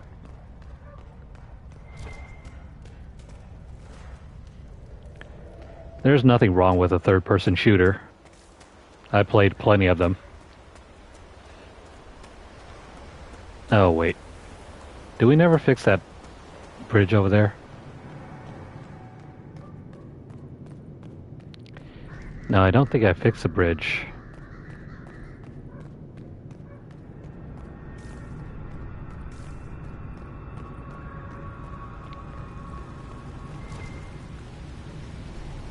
Wait a minute, isn't there a doorway somewhere around here? There should be. There we go. If we slip on through over here,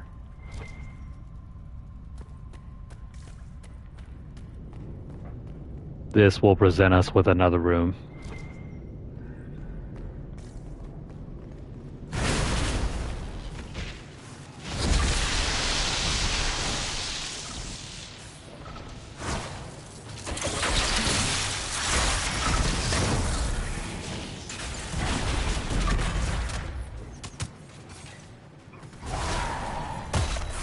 Get out of here.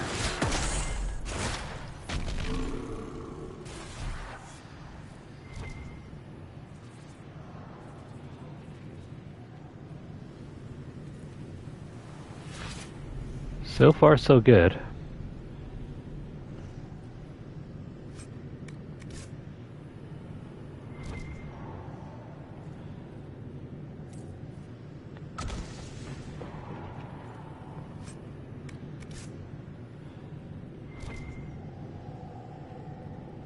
We gotta loot up everything here.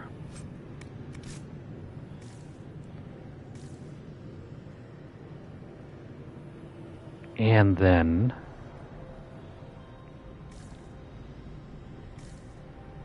there are more enemies around here. Let's not go through that way yet.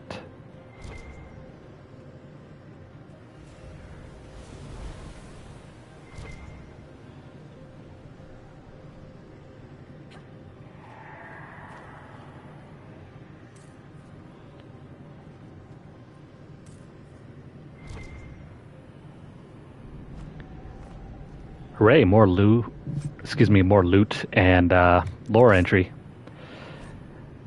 Surface dwarves, in case you're confused about what's the difference between dwarves who live underground and surface dwarves, this entry will tell you all about it. Let's just read through this. In Orzammar, dwarven society is divided into rigid castes with houses that compete for power and prestige. But all that is discarded when a dwarf abandons the stone for the surface. Under the open sky, everyone is equal, or so the story goes. The truth is that thousands of years of tradition are not so easily tossed aside. Even though surface dwarves are officially stripped of their caste, many maintain a hierarchy among themselves along the old caste lines. Formerly noble houses are accorded more respect than casteless brands who come up in search of opportunity. The poorest noble dwarf on the surface looks upon the rich lower caste dwarves with contempt. Upper-class surface dwarf society is roughly divided into two camps. Calnists, who insist on maintaining caste and rank, typically those from the noble or merchant caste families, and ascendants, who believe in leaving Orzammar's traditions underground and embracing life in the sunlit world. Maintaining some tie to Orzammar was seen for generations as the only lifeline for surface dwarves. Bringing surface goods to their kin underground and lyrium and metals to the surface was not only the most lucrative means of making a living, but also a sort of sacred duty, as many surface dwarves willingly accepted exile, and the loss of their caste has better served their house or patron. In recent years, many surface dwarves, particularly ascendants, have branched out. They started banks, mercenary companies, and overland trade caravans. They became investors and speculators in purely surface trade. These new industries have proven tremendous sources of wealth, but are looked down upon by their more conservative kin. For less affluent surface dwarves, association with a powerful Kalna can open many doors. They can get credit with dwarven merchants and are offered work opportunities by the powerful Dwarven Merchants Guild more readily. Sometimes,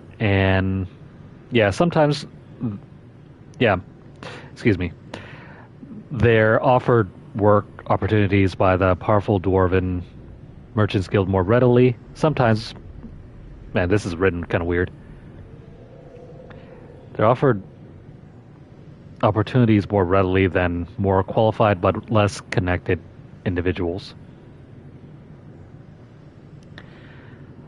All of this is to say, screw the surface dwarves. If you're not down from the ground, you're not down.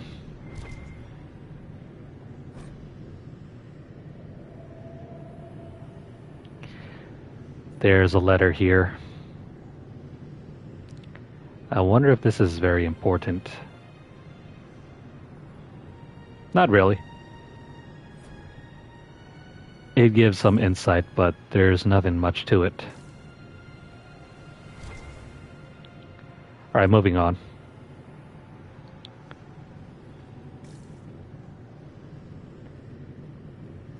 What's behind door number 3? I believe I sense one of the artifacts of my people.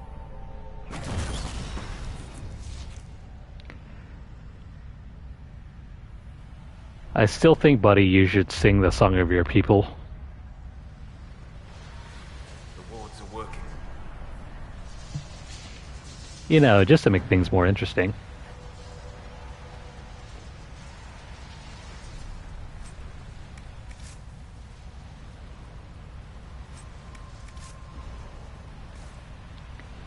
And I'm not sure if you're able to run across this. No? What if I teleport? Almost. How the hell do we get across? Oh, that way. There's a bridge.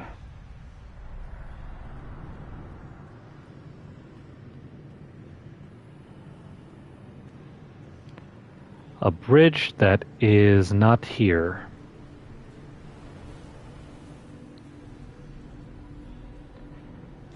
Maybe it's on the second floor.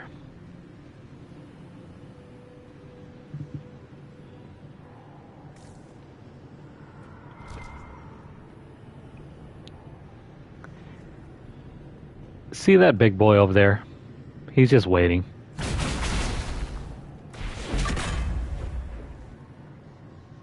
Just waiting. Take advantage of the environment. You shall not pass, buddy.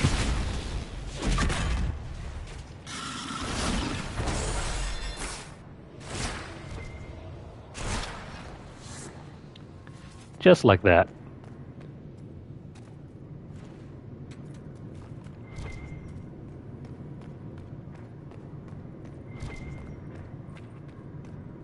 Well, we can now move across. And I think that pathway that we saw earlier. About the Templars who served the Inquisition. Must be difficult to see their fellows turned.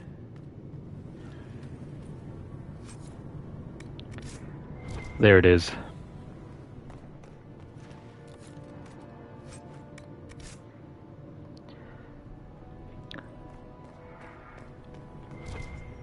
Oh yeah, speaking of Batman Arkham City, I do have it.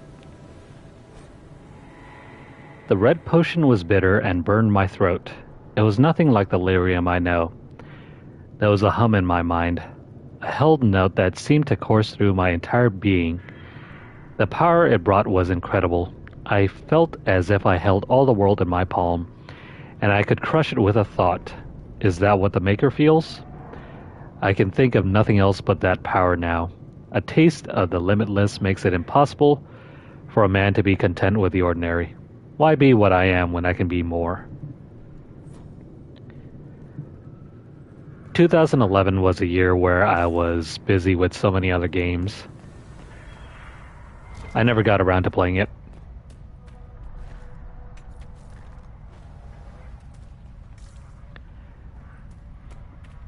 I enjoyed Batman Arkham Asylum, but I didn't really feel any need to go to Batman Arkham City. No matter how good the game was, supposedly. Maybe I should check it out.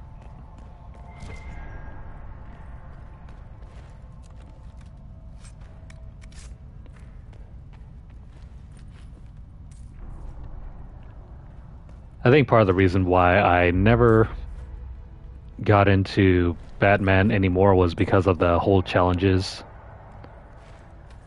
The story was fine, but the combat challenges, man, they pissed me off more than anything.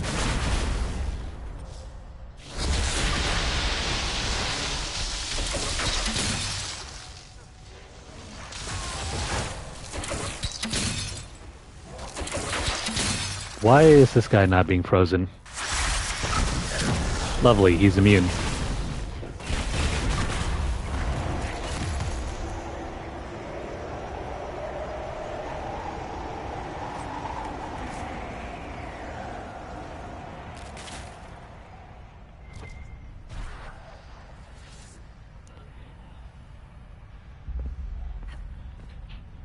How rare is that item, Storm?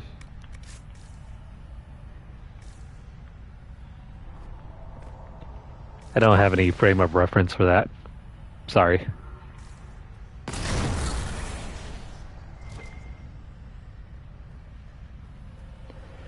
Alright, there goes another lyrium piece.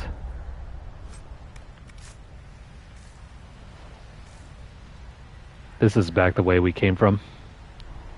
Let's not go there.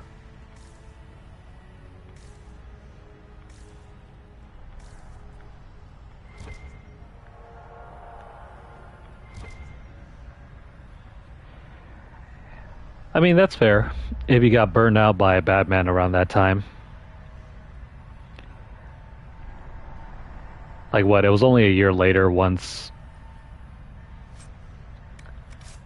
The Dark Knight Rises was released.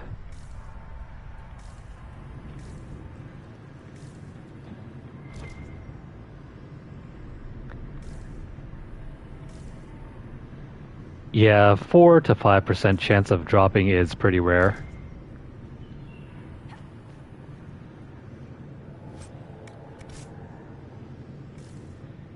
It also depends on how many times you can get it to drop.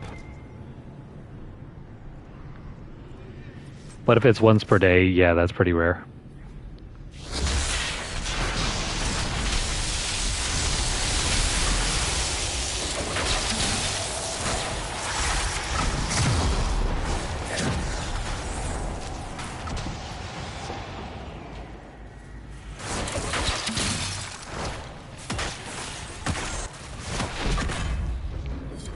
I believe we've broken the Templar's hold here. Who knows what they might have accomplished had they remained? I believe our work here is done.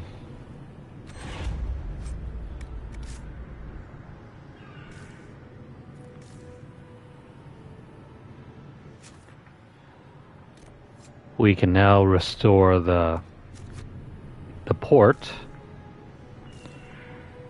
And what does that do? I kind of forget, frankly.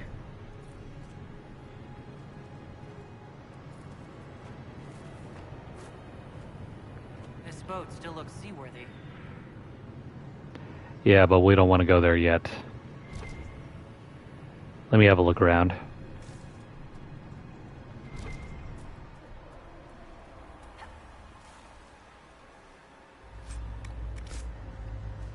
I'm thinking that boat is the exit.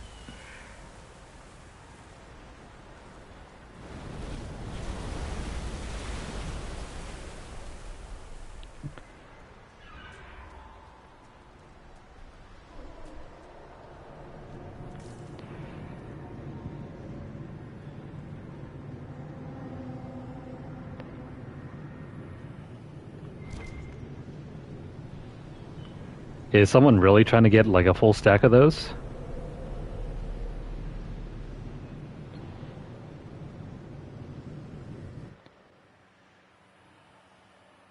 What do we expect to find here? Oh, hey. In case you're wondering where the dragon was in this location, here it is.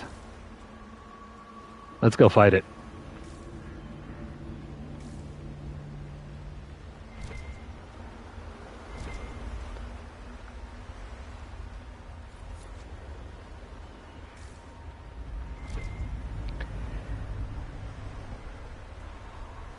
I mean, if he has the time, go for it, I suppose.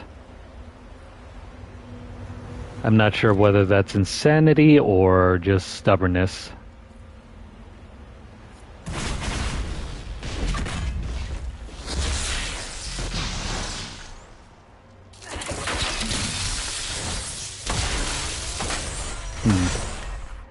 It seems like the dragon here might be immune to fire. That's not gonna be good. I wager the beast won't be far off.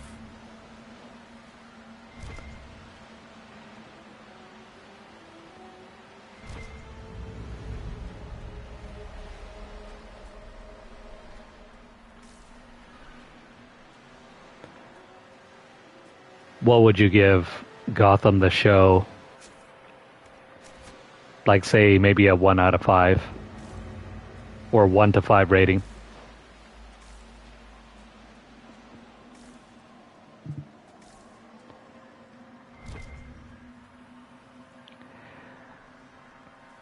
I mean, there's practicality and then there's madness.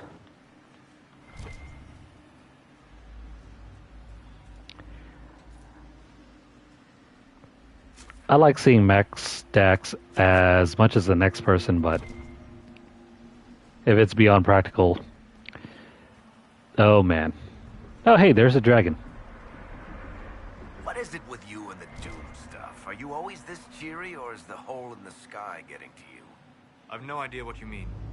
All the fallen empire crap you go on about. What's so great about empires anyway? So we lost the deep roads, and Orzammar is too proud to ask for help. So what? We're not Orzammar, and we're not our empire. There are tens of thousands of us living up here in the sunlight now, and it's not that bad. Life goes on. It's just different than it used to be. And you have no concept of what that difference cost you. Oh, I know what it didn't cost me. I'm still here, even after all those tigers fell. That bit between the two.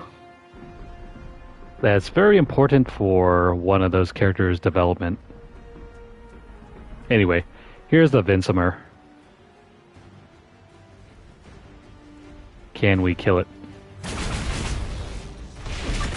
Oh crap. It seems to be immune to something.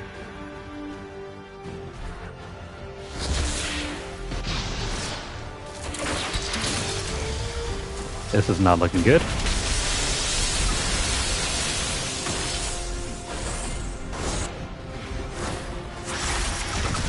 Me without my better spells.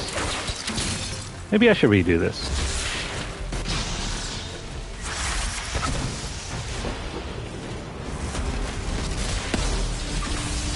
This is not helping at all.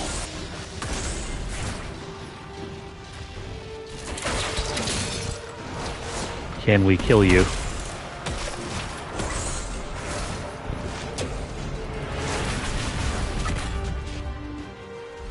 Maybe, maybe not.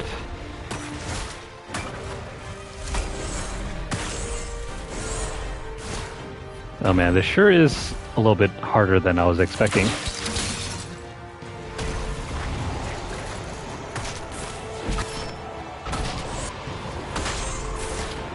As long as our friends don't die.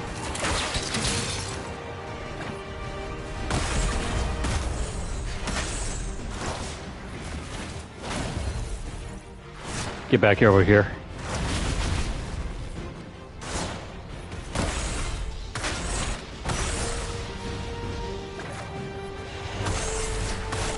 So let's please don't die.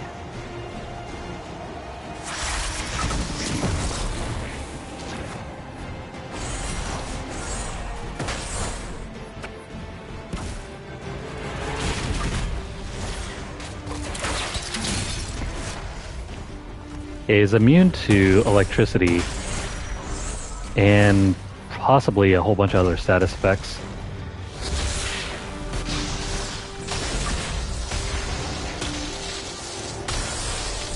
We can do this, right?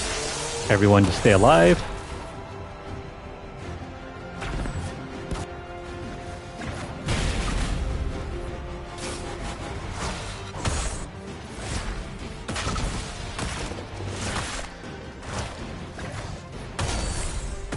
Just a little bit more.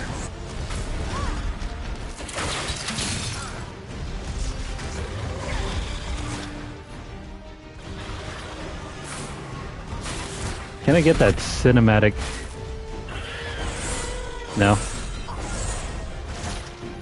I was hoping to get that cinematic kill, but yeah, well, that works for me.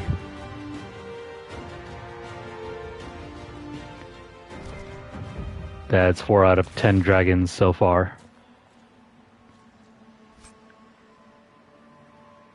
4 out of 10. Not bad. We still have 6 more to go.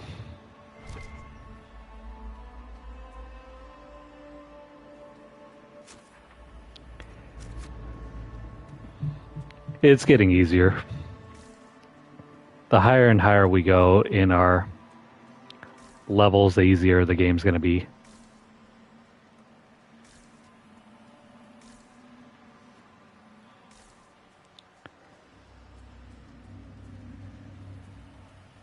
If you don't have all your skill points, it's probably going to be even harder.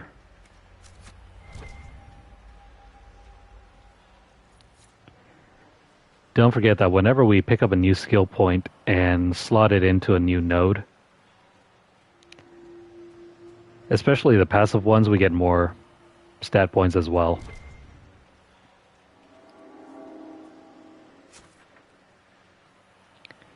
I guess that's it for over here.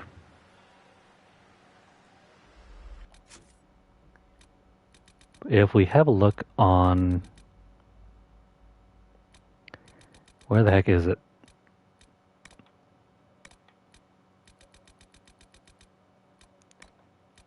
Okay, never mind. I guess the Storm Coast is finally completed. I don't see any new quests for the Storm Coast.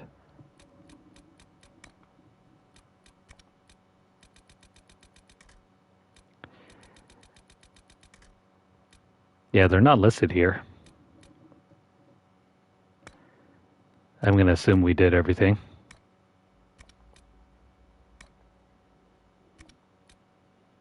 Alright. Let's head back to town.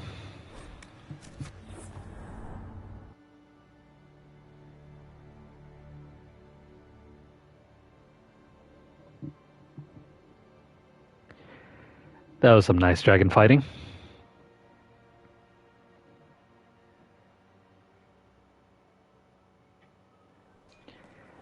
And just because it was immune to a few attacks of ours didn't mean it was going to stay alive.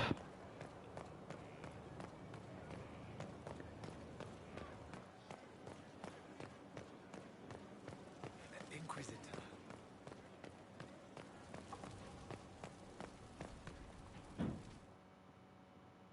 Let's put some equipment away, and then we'll worry about our next move.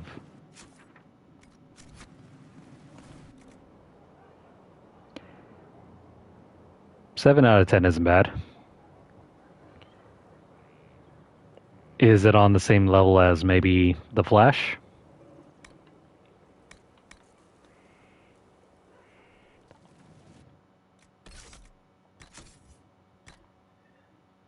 Or is it better?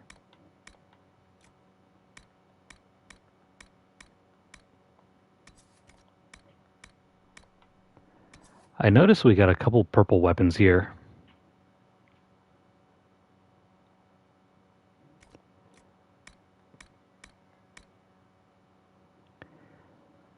I mean, if you want to keep all the unique weapons, you can probably throw this into your box as well.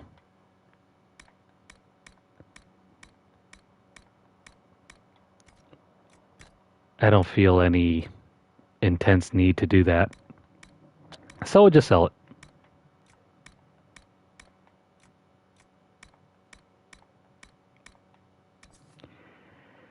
In peace, vigilance.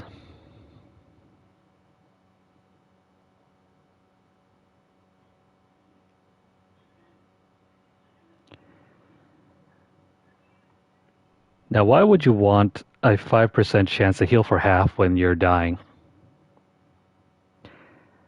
The likelihood of that rolling is so low.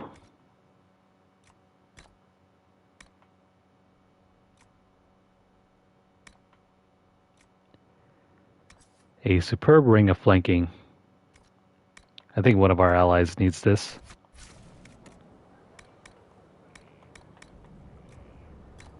For now, I'm just going to stick it in the box.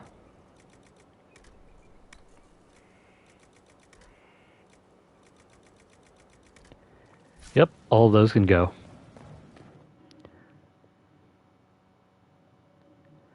Let's go do our research and then sell off our equipment.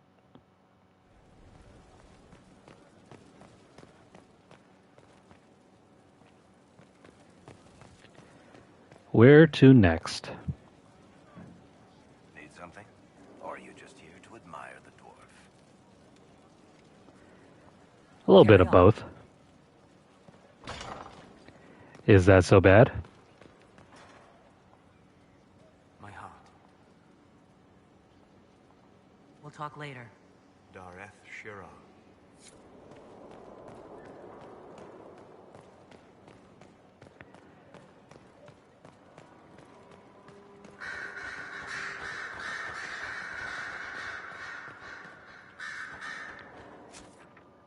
Now, who here have we not spoken to for a while?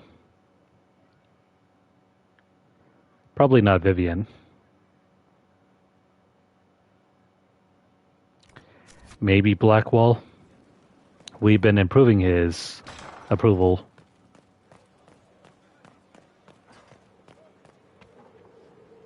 How may I help you? Get out of the way. Do you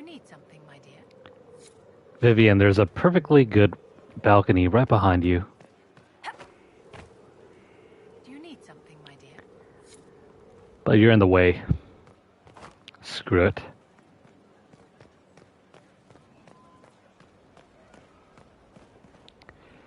Maybe we can speak to Blackwall?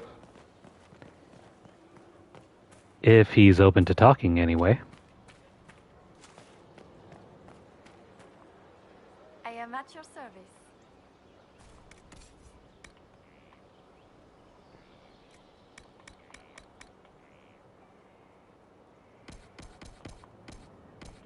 Everything goes in the trash.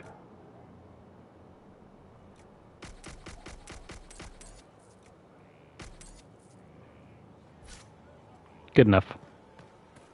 Good fortune, Inquisitor.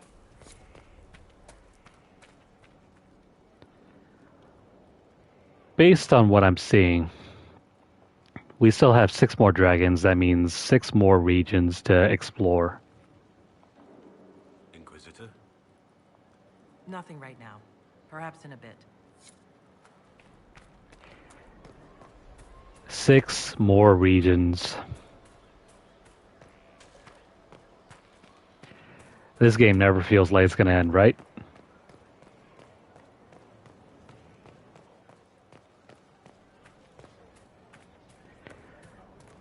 Let's head upstairs. We'll find Josephine, or not Josephine, the advisors on the war table.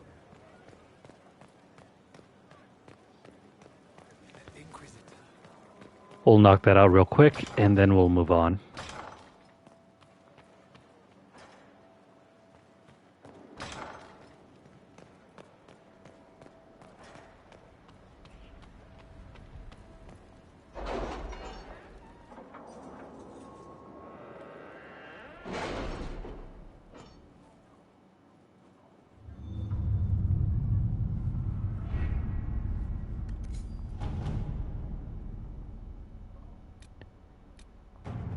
Oh no.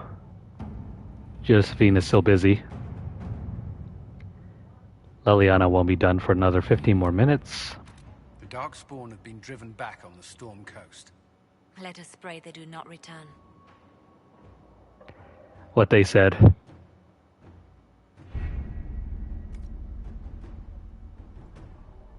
Oh wait. Dang it, why did I exit out? I wasn't supposed to do that.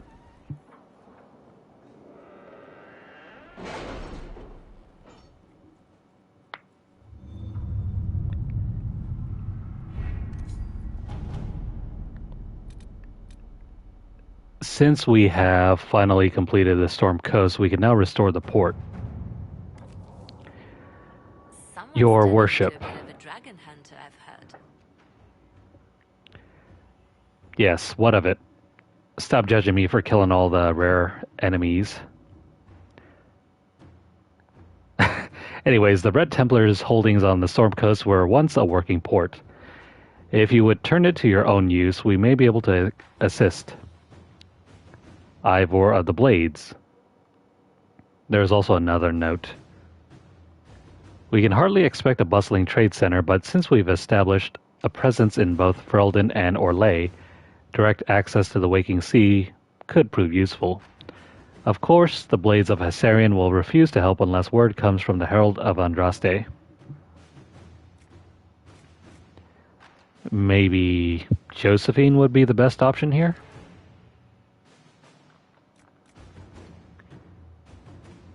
Because the only other option we have here is Cullen.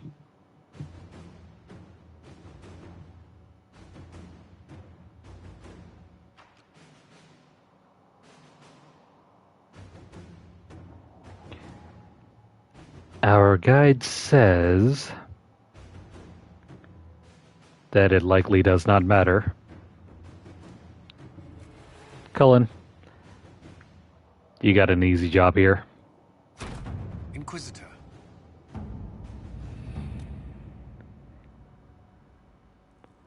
I don't know if this changes anything in regards to the aesthetics of the region. It possibly just fixes up the bridge that we were trying to cross earlier.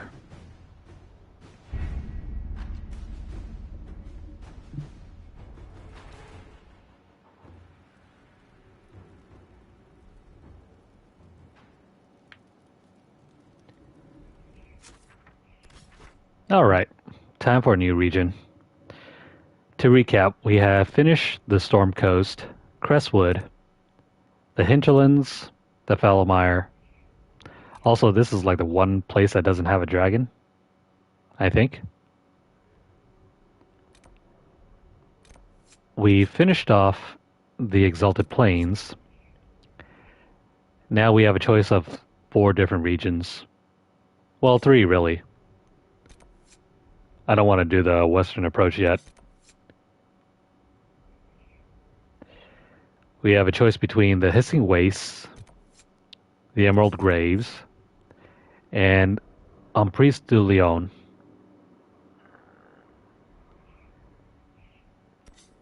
Tell you what. We'll knock out the Emerald Graves, then move on to the Hissing Wastes, and then come back to Emprise du Lion. Mostly because the dragon here is one of the more tougher ones.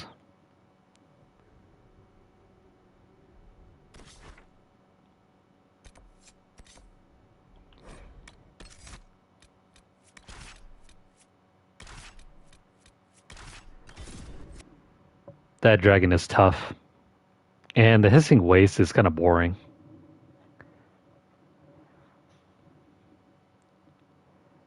It's one of the tougher regions. But again, it's boring.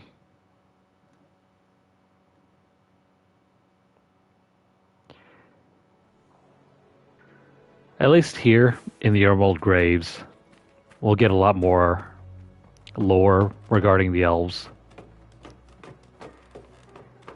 And the conflict that we're trying to fix in the next portion of the story. So don't worry, it's going to be important. Plus, I don't think we can do everything here in one go.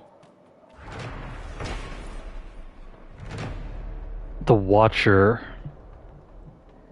Apparently there's a Watcher somewhere around here.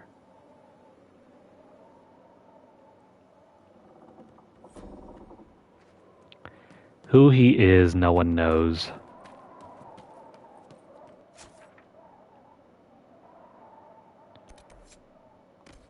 Let's try and clear this out, and then we'll move up north.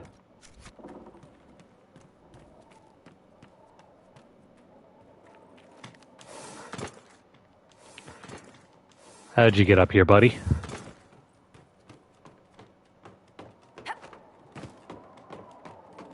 Oh, come on, get out of the way. These NPCs, man.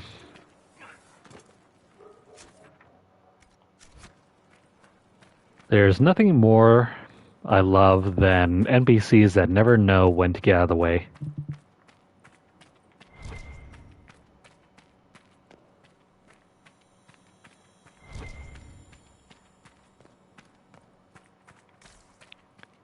Let's move past the canyon.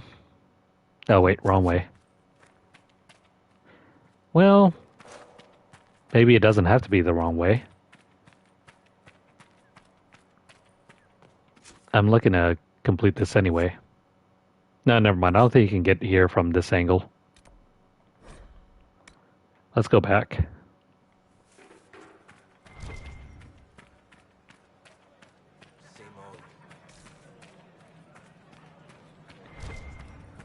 Alrighty, in order to move forward,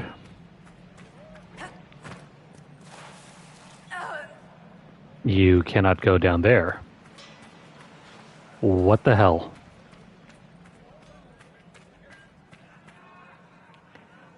I have forgotten how to navigate this area. I think there's a way for us to get up on top.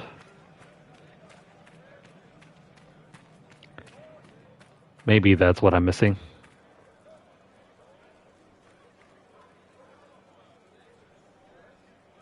No, not really. The hell. Look, why don't I go back over here? And then maybe we'll take the path over to the east.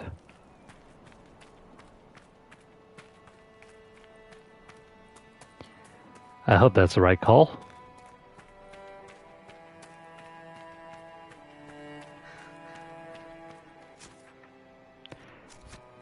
I think it is.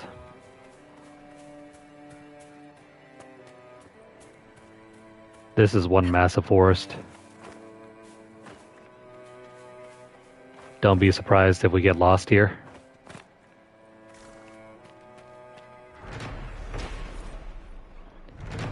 Andraste's light. We have brought Andraste's light to the Dales. None can deny her truth. In time, all will open their hearts to the Maker.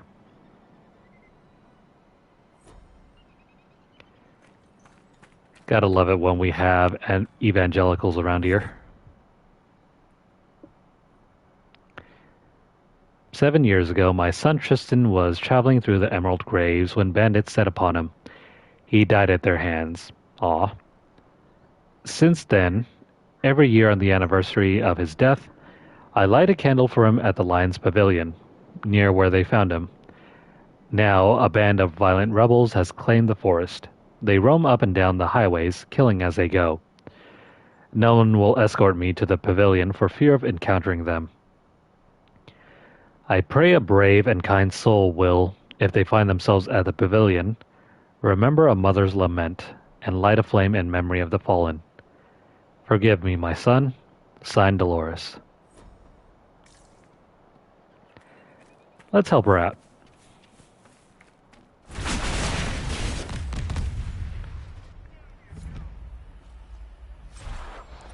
Also, these are new animals.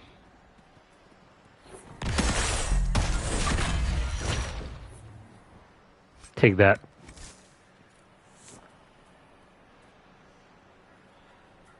Those are no ordinary rams. They're august rams.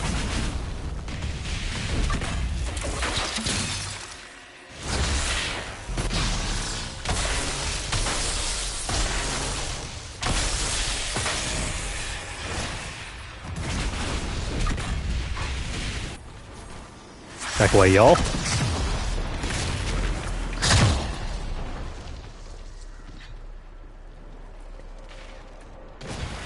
Here's where things get worse.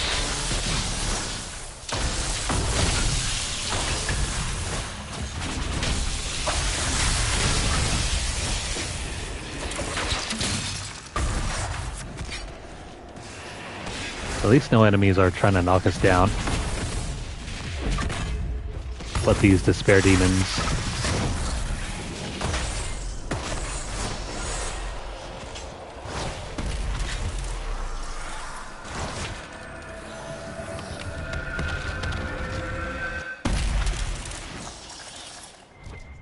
In terms of ranking, the flame-based demons are the weakest ones. Then come the pride demons.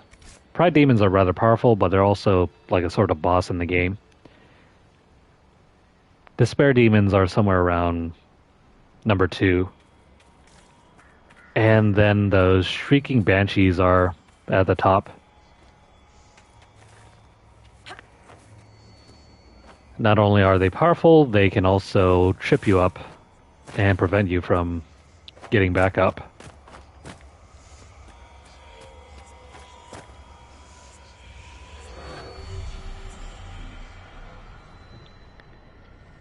Oh no, 7 shards.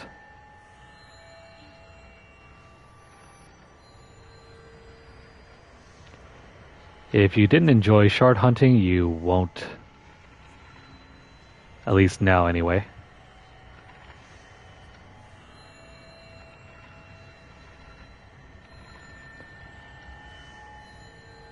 There we go.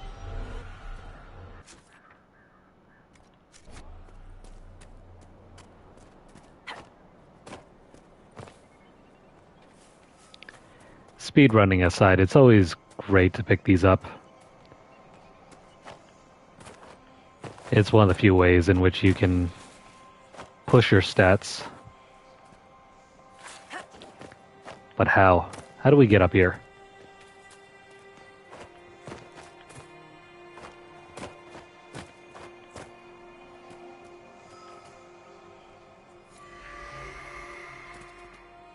You can't slip here, thankfully.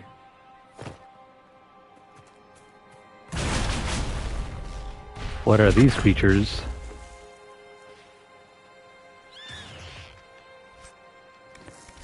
Oh, more nugs. They don't really look like nugs, but we'll slaughter them anyway.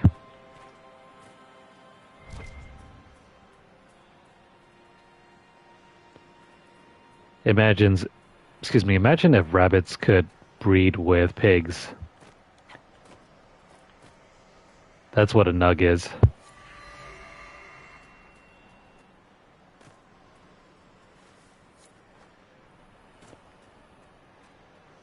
I wonder how they would taste. Oh, come on.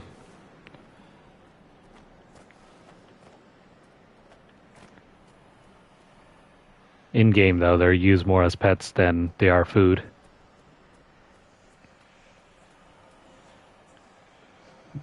That's how you get to this shard.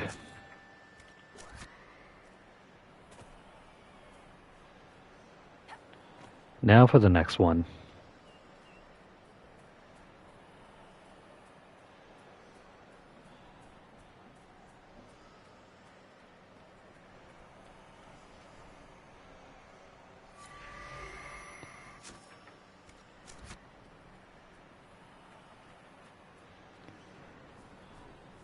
On the bright side, this fetch quest isn't for nothing. Though it does kind of feel like it.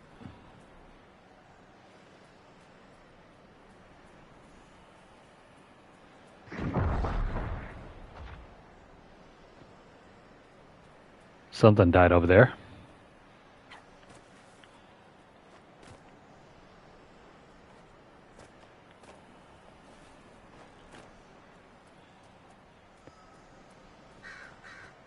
Why, game? Why must you make us platform?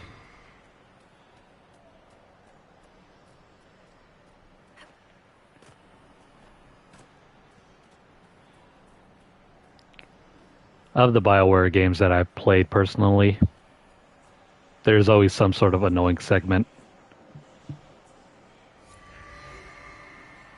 Here you have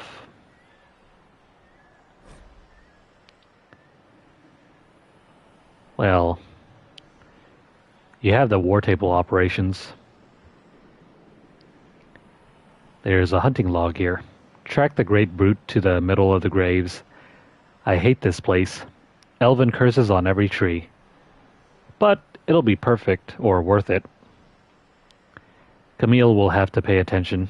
If she sits in that clumsy fool's lap for a cub's pelt, just think all she'll do for me when I bring her back the head of this giant beast. Have courage. Focus. Believe. Yes, I can envision the furry trophy already in my clutches.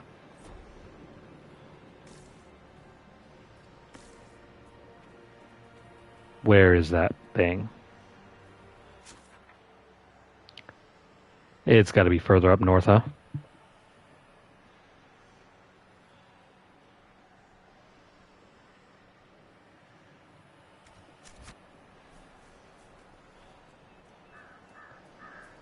Oh, which game?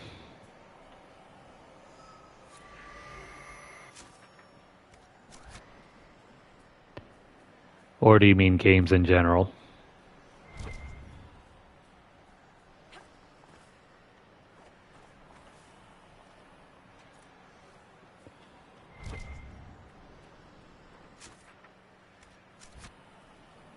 There's another landmark over here.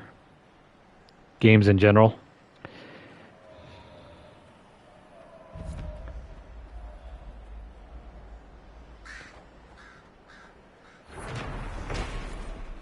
I like to say, in response to that, why do we do anything for fun in general? Why do we watch movies? Watch TV? Read a book? When her chant is spoken from all corners of the world, the Maker will return. We are one day closer to his coming. Spoken like any true believer.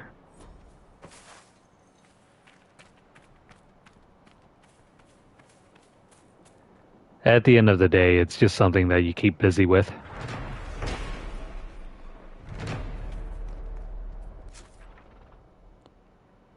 I mean, wouldn't you go crazy too if you had nothing else to do?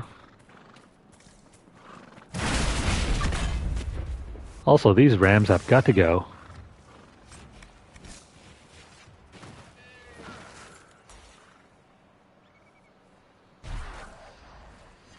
Where'd the other one go? Come on, Blackwell, did you pummel it into bits and pieces?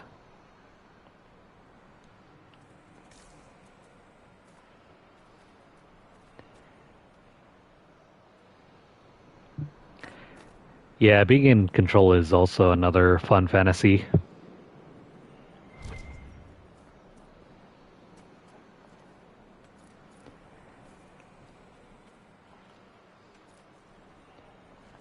Or you can explain that it's just watching TV and reading all rolled into one.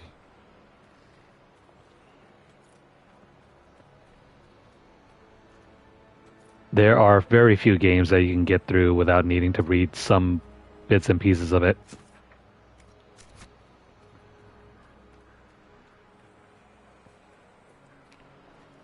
Mostly platformers, but imagine trying to get through Pokemon without reading any of it.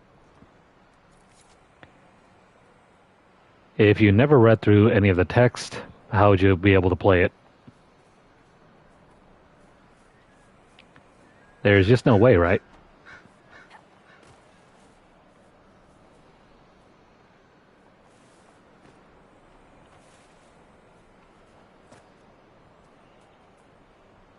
Mario's like the best exception. You don't necessarily have to read through any of it just to be able to play it. The guide. Historians have been unable to identify the mysterious and cloaked pointing figure in the Emerald Graves. Some believe it a representation of the elven god Felondine, known also as the Friend of the Dead, or the Guide. Others believe it an elaborate elven joke. Its punchline lost to time.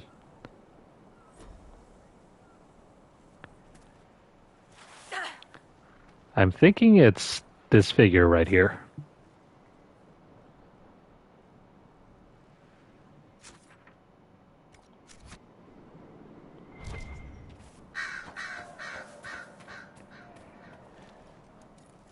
If you like RPGs, there's that new Mario and Luigi game coming out.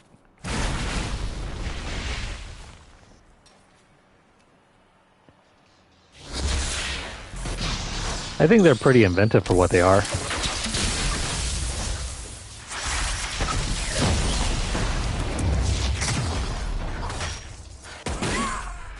Though if RPGs aren't really your thing,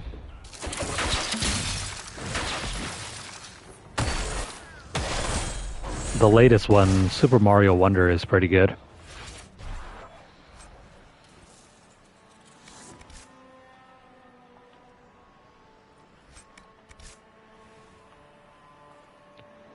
I gotcha.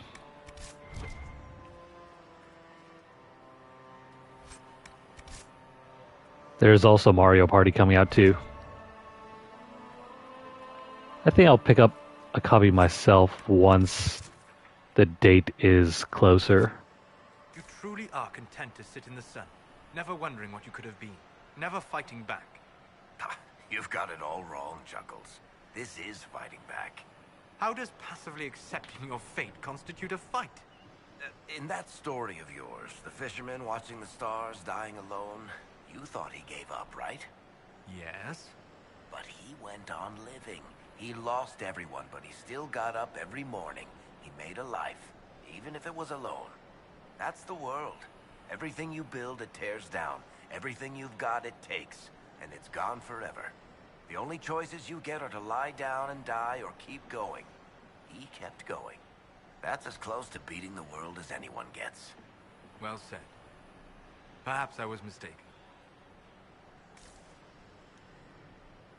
Varric over here always spitting facts whenever we're not doing anything.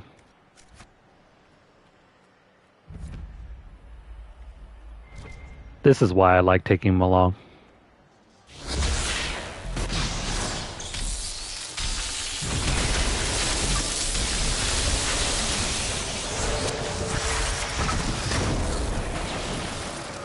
Yes, you can sit down and pretend everything's terrible with the world, or you can keep on living.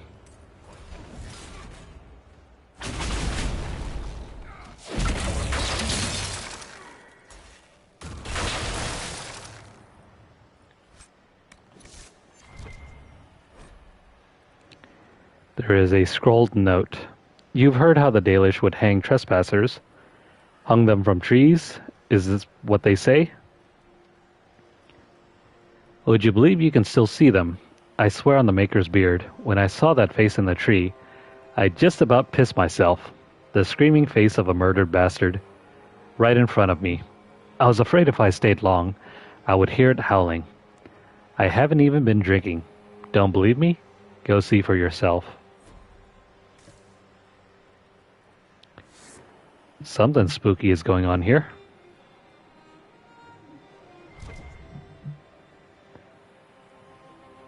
Oh yeah, believe me, I have a bunch of siblings and cousins who come around every so often.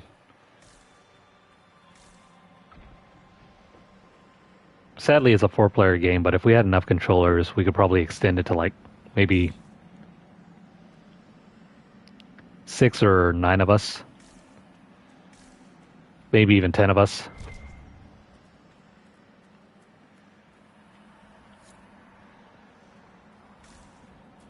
And trust me, I'm the best one there is. At least up until everyone gets pissed at me and stops playing.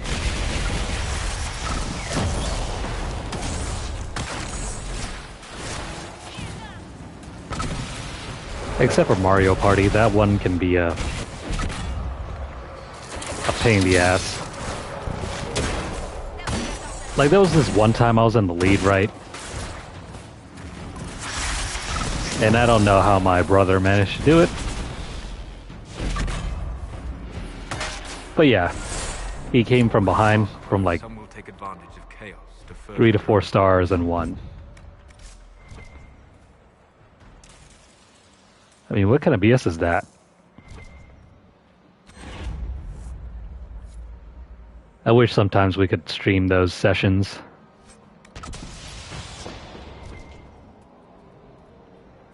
Because those sessions can get pretty competitive. From Sister Cousteau, as I've said, there's no reason to worry about the other freemen's selves. Since we are in the Dales, I shall invoke the heathen philosophy of Vir Adalen, the way of the wood. Each tree is part of a greater whole. It is the same with us. We are all part of a greater plan. The Dales will be ours, that I promise.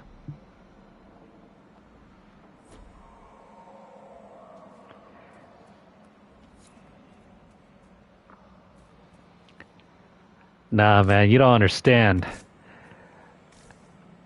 He got handed the victory. You have it. Please, please open the door. I can't stand it in here another second. He got handed the victory so bad. Well, that and he also stole my star too, so. Thank the Maker, thank you.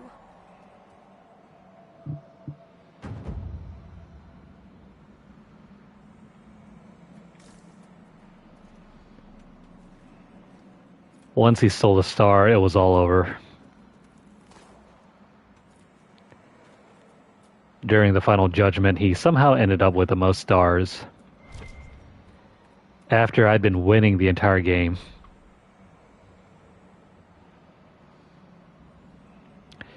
From Sister Cousteau, Hugh. Yes, I know what Duhaime thinks about the people in Watcher's Reach. He's strong. The refugees think us monsters, all because of Duhaime and his like. If they get in the way, I suppose we must eliminate them. But we will not hunt them. We will not murder them unless they force our hand. I hope you understand. This Sister Cousteau sounds like a stand-up person.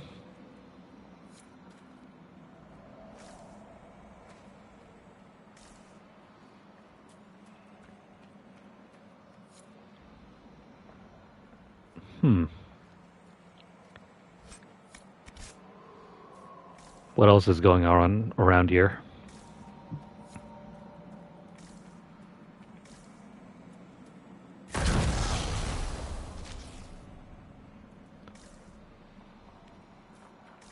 That was a huge chunk of red lyrium.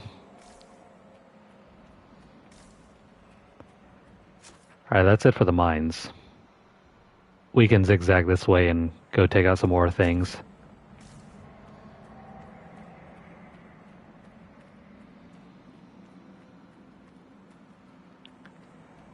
All in all, this is looking very good.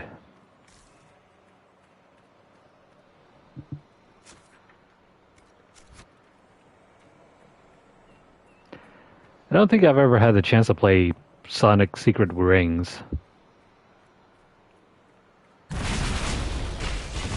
I tried playing WarioWare. Excuse me, WarioWare. It just didn't feel the same.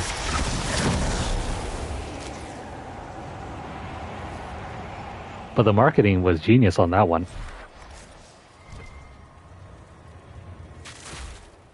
And yes, it's a very goofy game.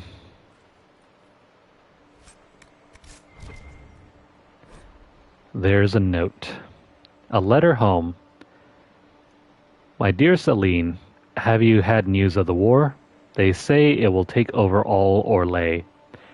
People say the mine's about to be shut down. No one wants to be caught in the middle of the fighting. I had a good thing here. Good coin. In a year or two, I might have made enough to go home and marry. Now this war's come along and ruined everything. I'll stay as long as I can. Don't wait for me. Leave as soon as you can. Perhaps in a city like Monsimard. There will be guards and militia keeping the peace. Your brother, Jean.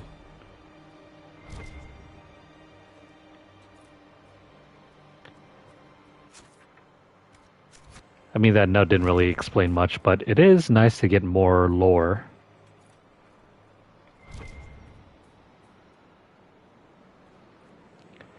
More rocks over there.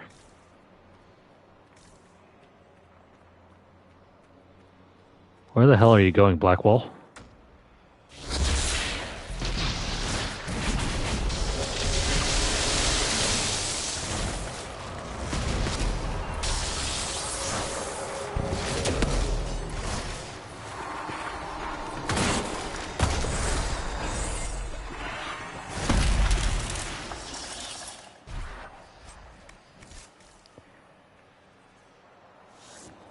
I haven't been looking at my levels, but I guess we're at level 17 now.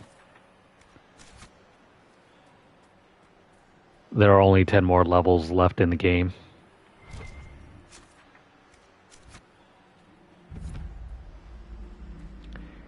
We are now in Peacewood.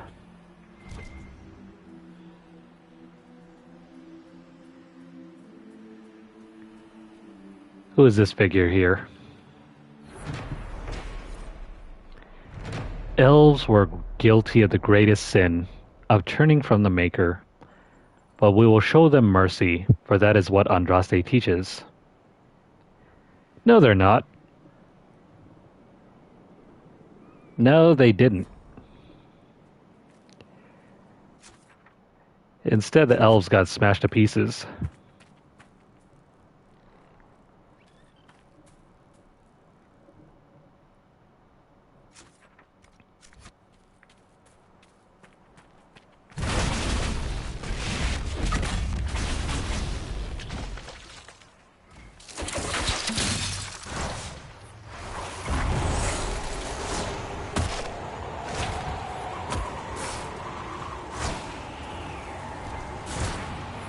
I suppose that's one of the main differences between Western RPGs and JRPGs.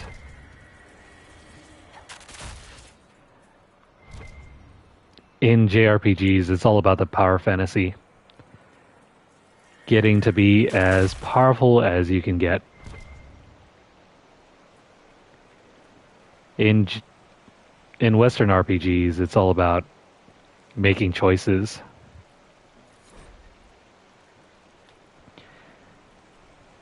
You won't be the most powerful figure, but you'll be powerful enough to handle everything in the game. And again, it's all about making choices.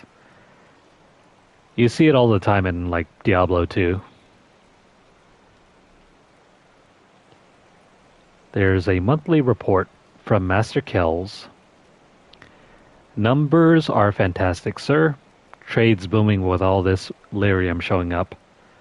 Maybe it's red instead of blue, but people are still buying. That mage we picked up can look into what the color means. He needs to start earning his keep. We have more coin on hand too. No need to pay off some greasy dwarf since the red stuff isn't from the deep roads. Must be killing them. Someone struck lyrium up here and they're not getting a piece. A note. It claims this red lyrium's not coming from the deep roads. Where could it be coming from?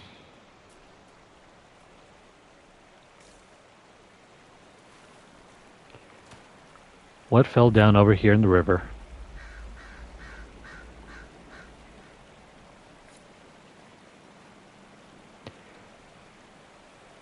Someone fell down here.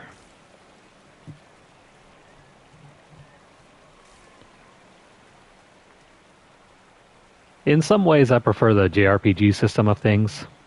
I love the power fantasy.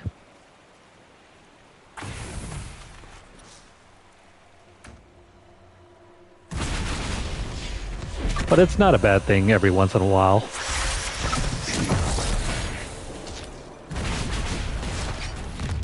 It's always nice to get some perspective on the other side of things.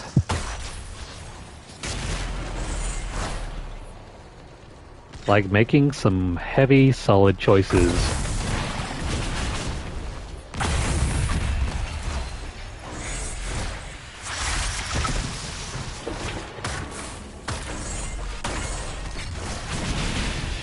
If anything, it's more like a throwback to a tabletop RPG.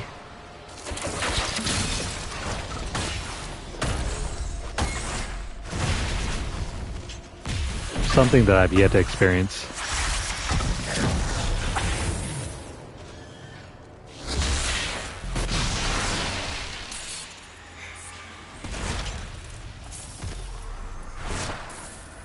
When I was in high school, I had a friend that was really into LARPing.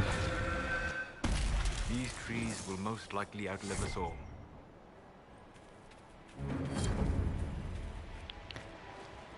He would always go to some of the anime conventions and tell me of his trips over there.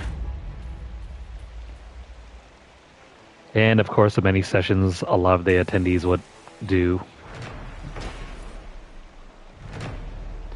You know, between all the cosplayers. No elven treasure was hidden beneath the falls. That ridiculous tale cost me, or lost me 6 soldiers. If I find the man who started the rumor, I'll kill him myself. That sounds more like an in-game joke. Yes, if there are waterfalls, there must be treasure behind them.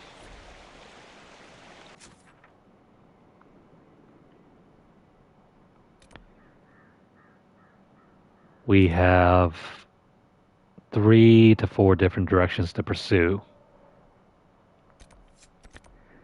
Let's swing back.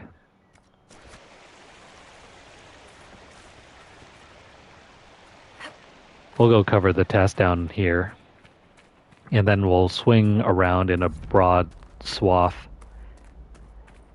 in a clockwise fashion. How do I not know my south from my north?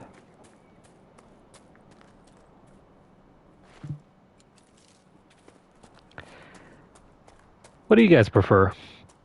Do you guys prefer the JRPG way of doing things or the Western RPG?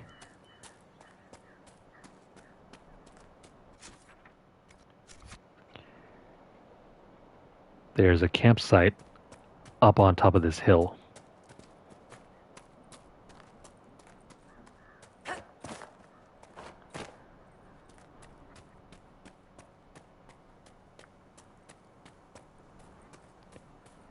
Where is that campsite? Oh, it's right over here.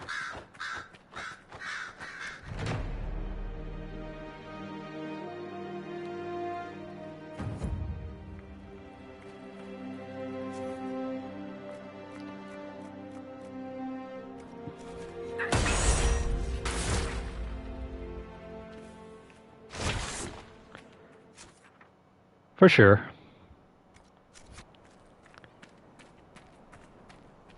There are some JRPGs that don't really have a good leveling up system.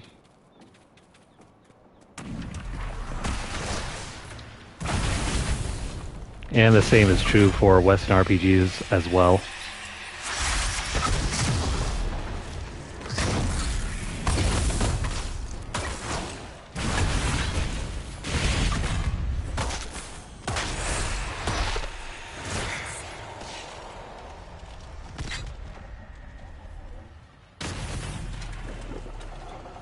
Where is the next wave coming from?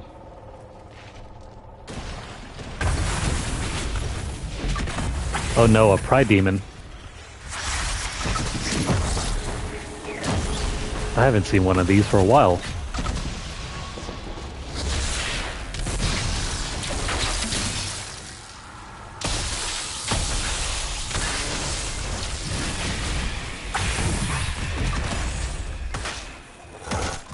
Pride demons are kind of scary, but they're not as bad by themselves.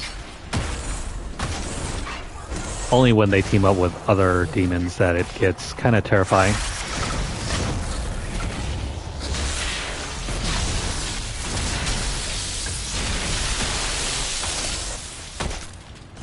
And yes, they have immunities.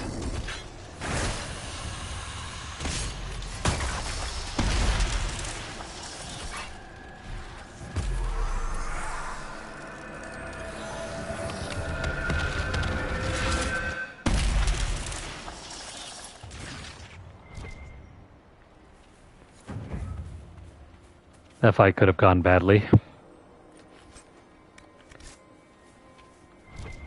Solus is not equipped to stand up against that thing by himself.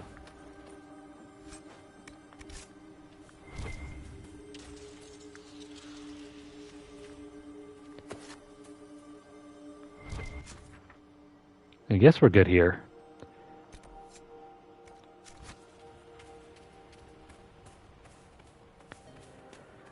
But this is not where we were meant to go.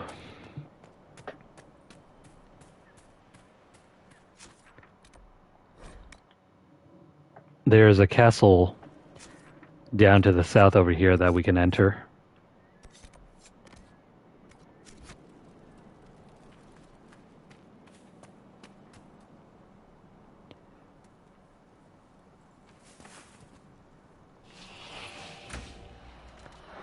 Let's throw up that barrier and jump. There it is.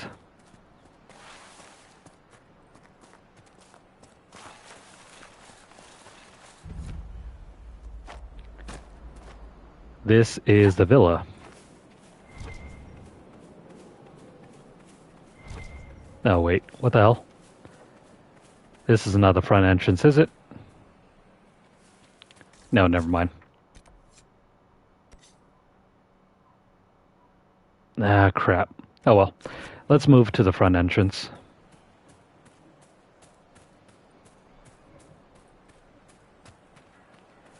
Which means we have to swing around.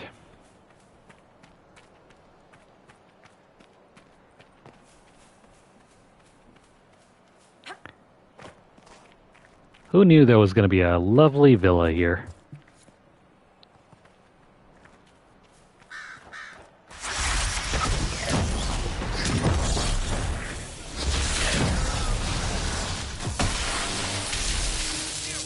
Sorry everyone, the camera controls here are pretty bad.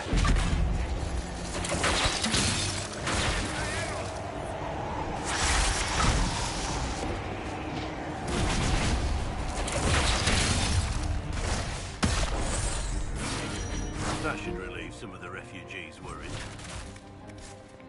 They'll be fine.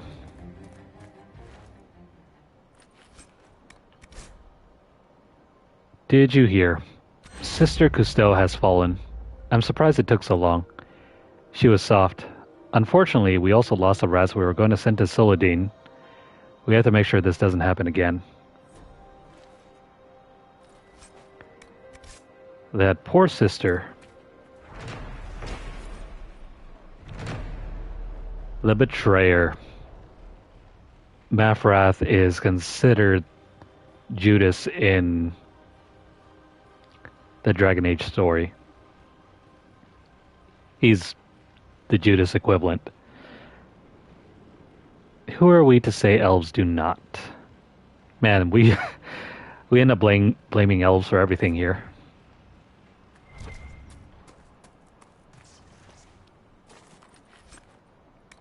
Are things going bad?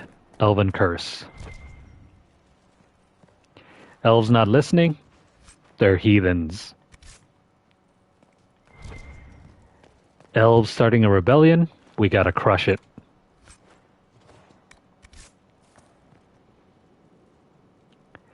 Now, who is this lady here?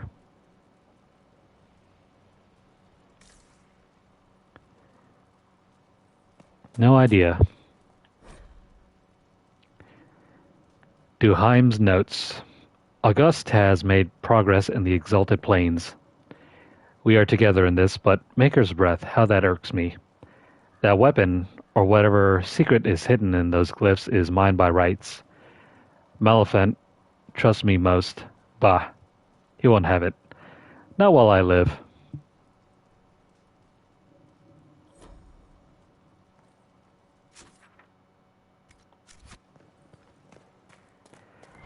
Yeah, I know, right? Surely we're not the bad guys.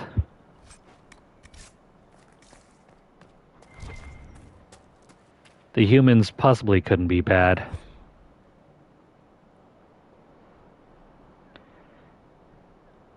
Here's another chapter for Hardin Hightown. I'm just going to skip through this.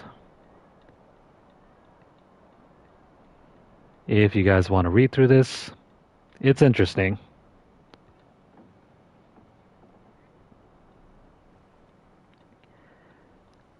I wonder why these chapters were not gathered up and bound in a book and sold as its own thing.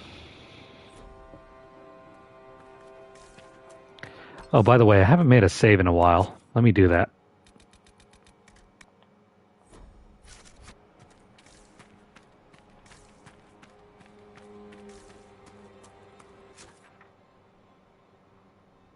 Let's enter the villa.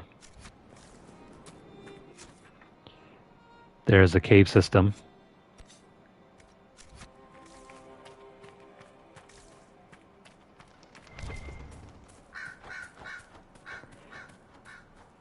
What's up, buddies?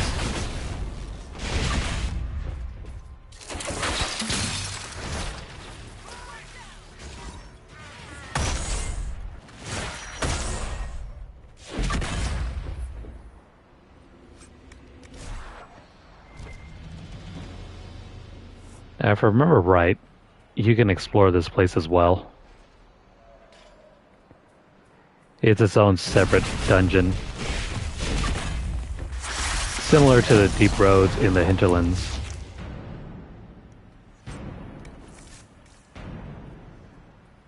Before I check it out, let's continue exploring the estate.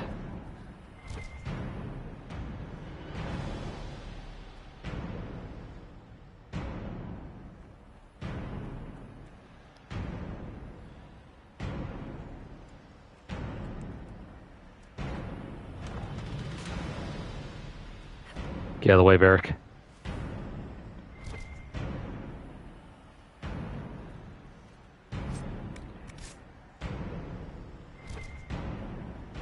It's funny to me that in this game the elves get treated like trash, but yet the dwarves are just alright. Who could hate them? They're like lovable little teddy bears. Anyway, the shipments are prepared, and once again the rats from Watcher's Reach are getting in my way. One woman got far enough into my camp to look into the crates. Scrounging for food, no doubt. Sneaky little peasants. Perhaps traps next time?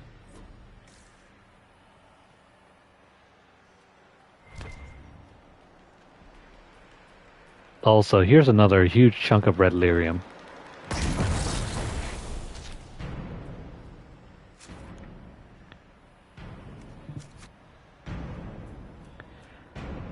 I tell you what, we'll explore this area, and then once we're done with this, we'll call our session quits. I mean, look at everything else on the map. This is probably going to take us, what, another session or two?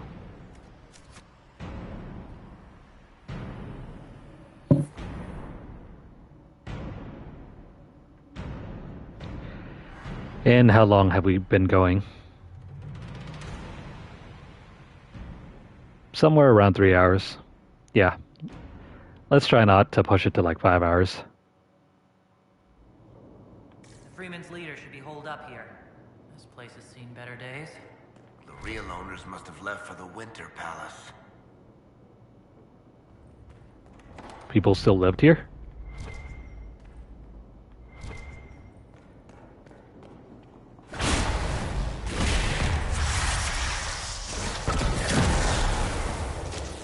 We will see you guys later.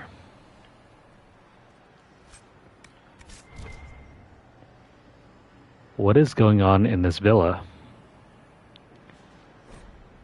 Maleficent's journals. Maleficent kept several journals. This one spans the time Maleficent spent as a sergeant in the Imperial Army. I see Loren's death in my mind all the time. The man who killed her, one of the usurper's soldiers, was familiar. I wouldn't be surprised if I once shared a drink with him. Isn't that how it is now? Brother against brother?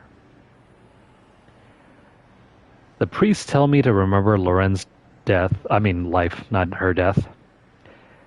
So I try to recall years past. The countless times she saved me. The day we first met. When I was a young recruit who almost pissed himself at her barked orders. Because of her, I learned discipline and control. She instilled in me pride in what we did. She taught me how to use a sword. More importantly, she taught me how to keep it sheathed. She was fearless, strong, regal, and she was cut down like a common peasant by someone we may have known once. Will anyone remember her? Will Celine? Some pages later, there is a new soldier in our battalion, Gordian. He's an odd fellow, with an accent I can't place. Like he'd spent time in the marches. It doesn't matter. In the end, he's been a comfort, listening to me talk about those who died. He also lost friends in Celine's war, and he's tired like we are. He said a very wise thing. There is no war without soldiers. The Empress can't wage her war if we refuse to fight. Orlais should belong to Orlesians.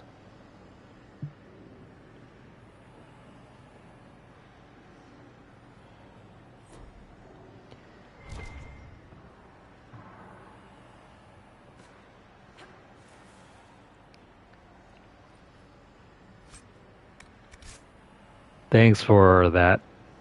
I don't think I could last reading like audiobooks. Although maybe if I started my own YouTube channel doing that, that would be cool.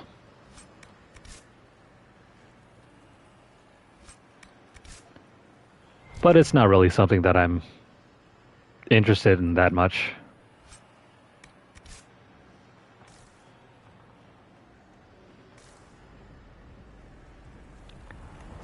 Perhaps if I ever get tired of the whole game streaming thing. Who knows? I might just explore that. Might be something here.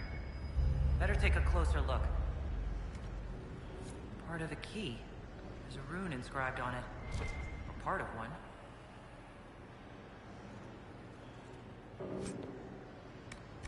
Very good.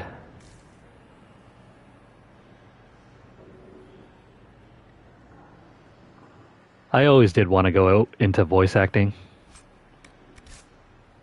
but I don't think I have the type of range for that.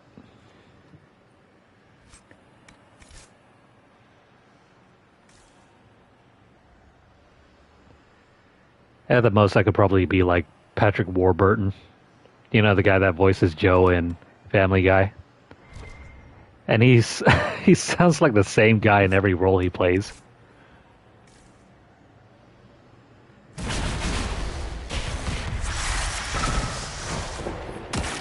I mean, there's like almost no variation to him. That doesn't make him a bad voice actor, though. I still find him entertaining as all hell.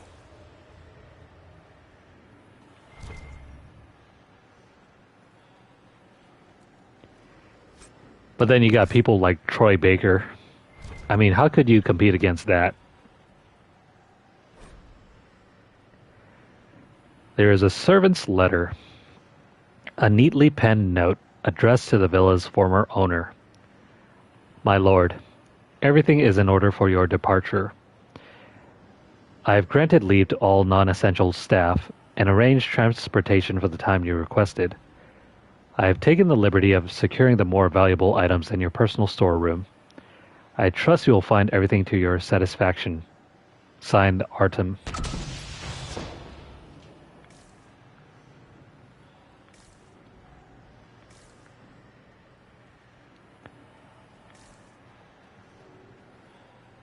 That's one wing. This house is designed in a square. In order to get around, we have to go through the center. That is, if this part is not locked. Have you? No, nothing recent anyway.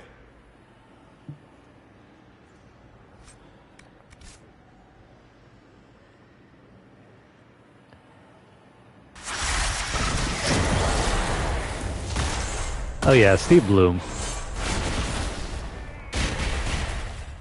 He's the voice of Wolverine and Spike Spiegel.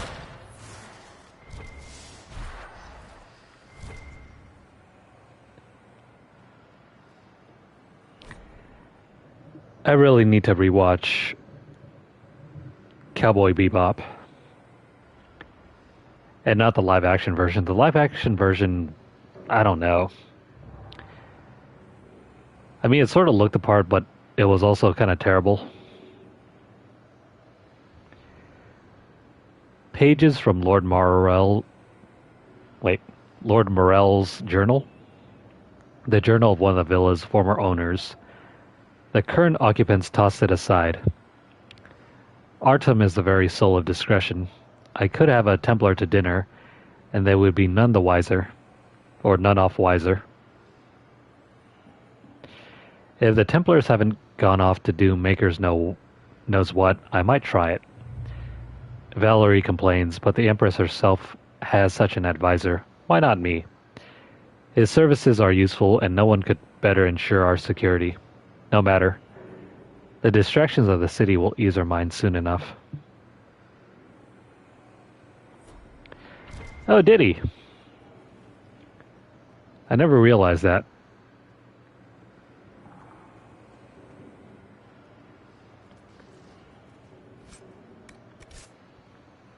Wait, which Toonami voice was it?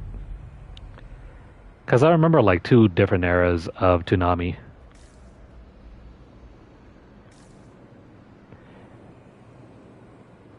I was around for the very early one, where we had like that orange guy. And then there was that later one where you had the small blue guy.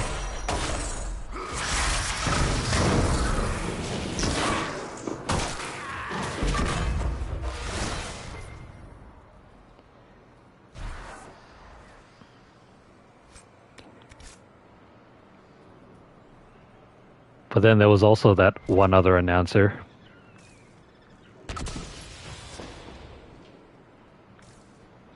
I'll probably have to look back and check it out once more.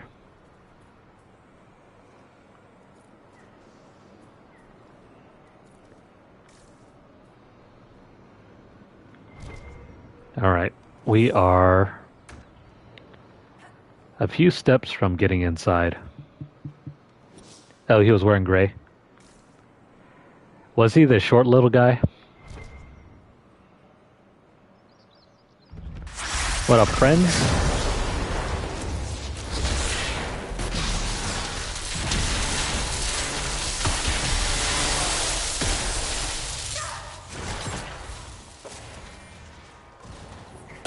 This guy's like a boss character.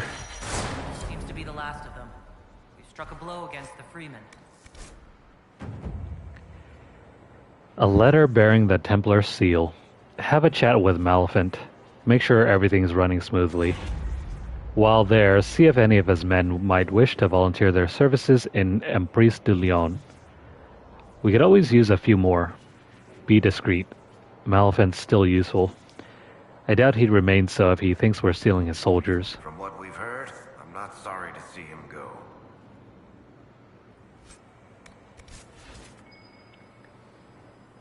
We will learn more once we go to Emprise de Lyon. The Exalted March of the Dales.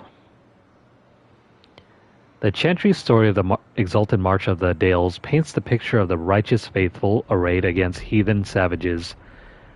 But I have long studied the Dales, and I find the acceptable version of the tale to be a poor one, laden with overt pro-Chantry and pro-human biases. Thus, it is my moral imperative to propose an alternate interpretation. Yeah, excuse me. That the Exalted March of the Dales was nothing more than an expansionist ploy hiding behind the mask of faith. It is easy to see on any map how large the Dales are. More importantly, they stand between Orlais and the rest of the south, and would likely have represented a significant obstacle to the Empire's expansion into Ferelden. Naturally, we stood to benefit from propagating the narrative of a hostile, unreasoning people attacking innocent missionaries and making blood sacrifices of good Andrastian babies. The likely truth is that the elves merely wished to maintain sovereignty over lands promised to them by blessed Andraste herself, when the humans showed clear intent to undermine their autonomy. Of course, the elves reacted by becoming increasingly isolationist, which suited the Empire perfectly. Here was a kingdom that spurned diplomatic overtures and that refused to lend aid during the Second Blight when the Darkspawn attacked Pont-Simard. The Dalish kingdom could not be anything but a dormant threat, one that needed to be crushed before it awoke. Scholars point to the massacre at Red Crossing as the impetus for the Chantry's declaration of an exalted march on the Elven Kingdom in the Dales. They conveniently ignore the fact that no one alive truly knows what happened at Red Crossing, or why the elves attacked. The Chantry's response to the Elven aggression that resulted in the slaughter of hundreds was predictable. But in light of my thesis, perhaps we should re-examine the events of Red Crossing and wonder if the attack was truly unprovoked. Or whether it is possible that someone saw benefit in sacrificing an entire village to justify the subjugation of an entire people. It goes to show you, you shouldn't believe everything that's being told to you. Always question what is happening.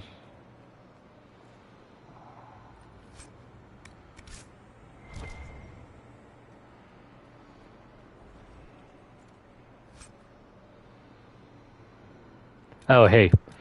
Here's one of the best necklaces in the game.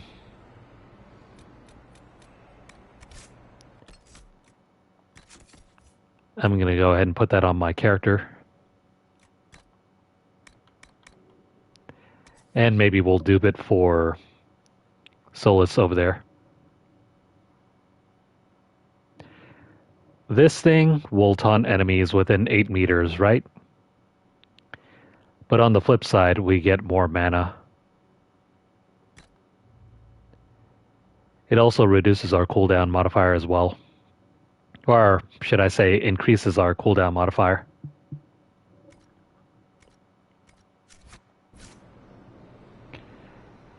For our character, we actually want that taunt. What's going on here in this portrait?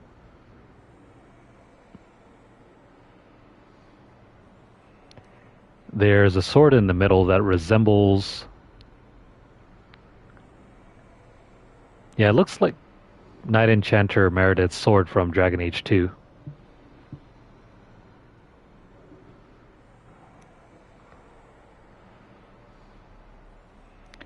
You might think so, but not really. Blackwall has plenty of ways to taunt enemies.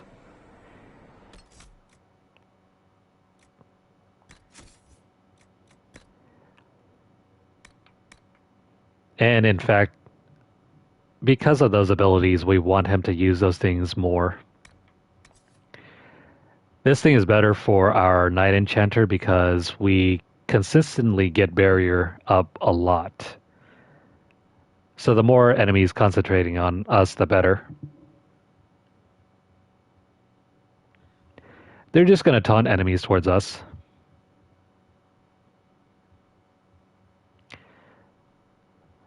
The wearer gets mana back at a higher rate.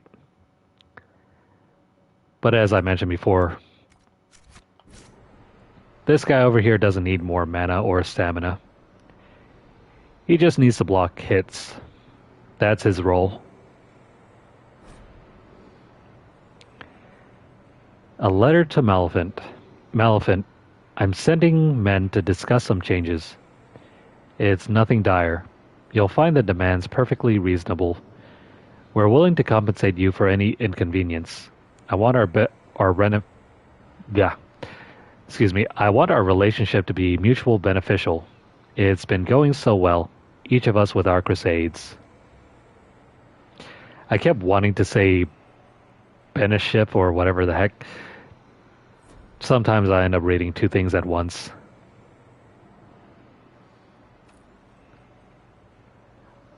We need a key to get inside here.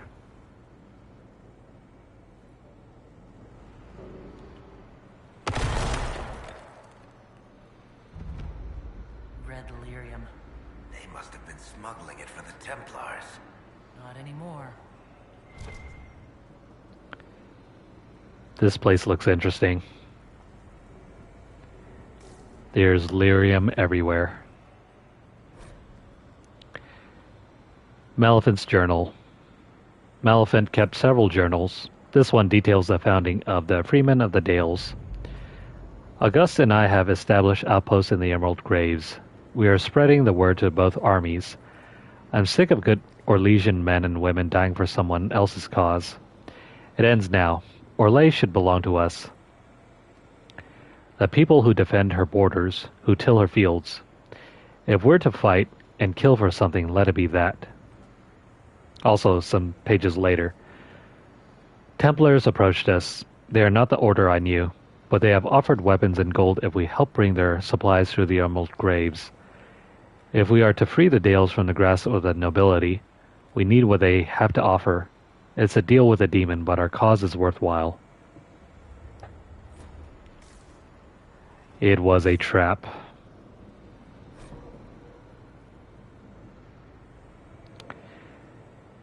An official appraisal. A note addressed to the villa's former owner lies next to an unusual device.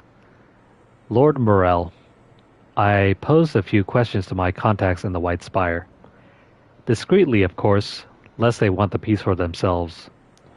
From what I can gather, the device, rustically dubbed a lyrium imperlan, is meant to restore broken runes. They are not widely used. Some suggest that if the rune were affixed to an object, the device could restore the item itself. although I was unable to confirm the truth of this. This is purely academic, as it requires a mage to function. It is nevertheless a rare piece, prized among the collectors of curiosities. I trust you are pleased with the purchase. What does this mean? No, it's still not done.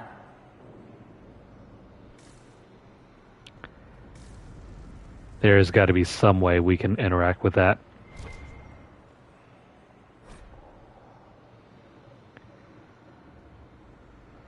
The long walk to Halam Sharal. I think we can skip over this one.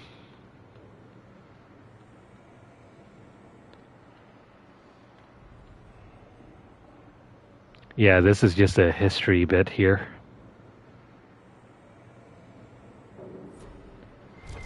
It's not that important.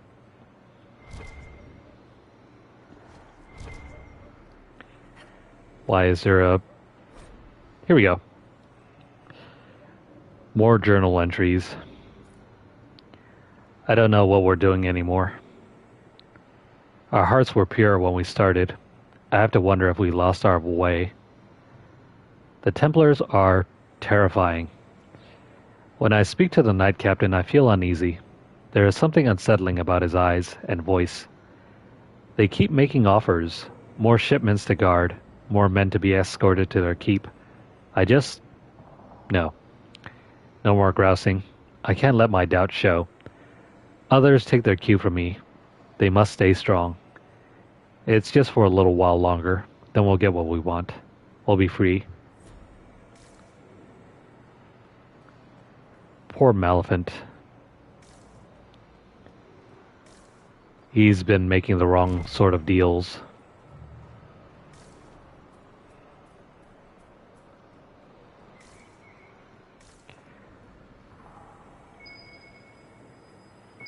What else is over here?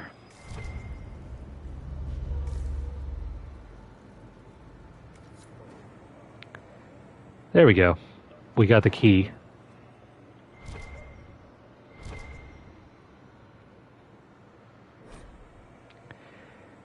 Sex in Thetis.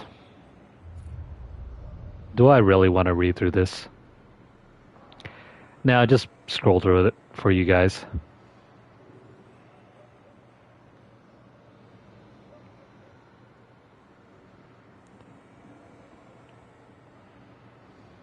In terms of lore, I don't think it's that important.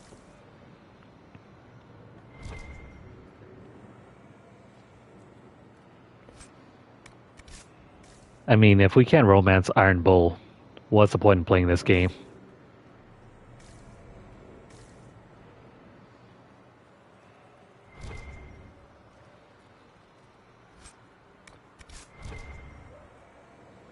Man, there are lots of diaries around here.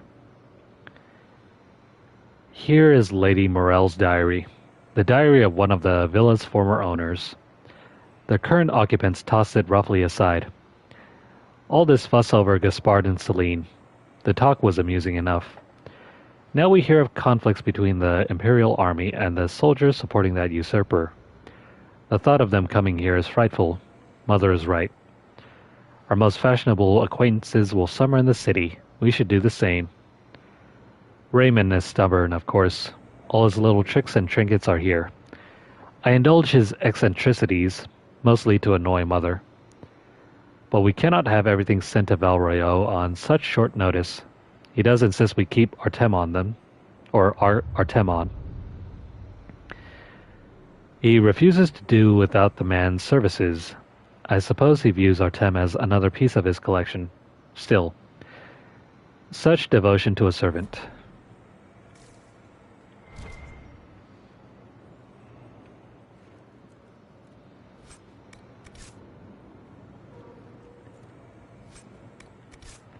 I imagine we're not out of room yet. About halfway.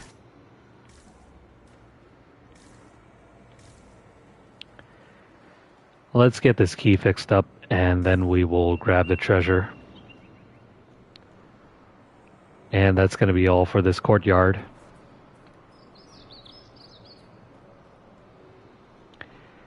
Now, who wouldn't want a house like this?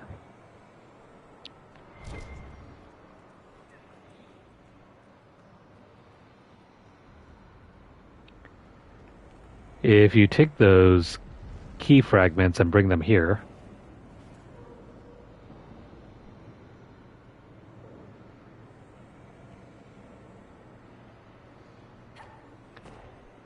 can I get my key back?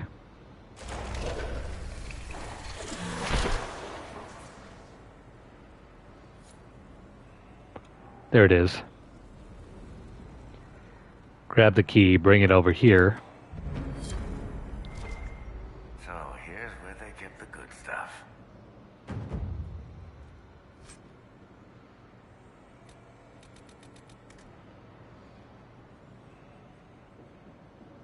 I don't know why you would ever take this one.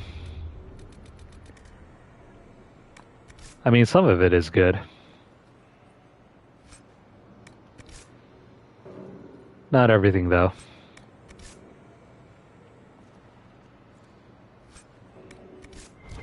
Really, that's it?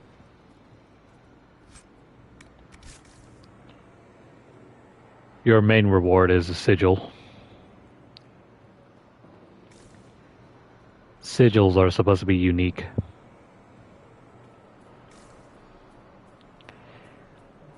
But guess what? I say screw that because we can dupe them.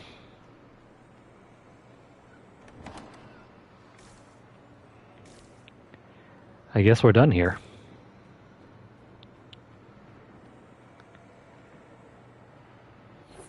The main treasure was the amulet that we picked up.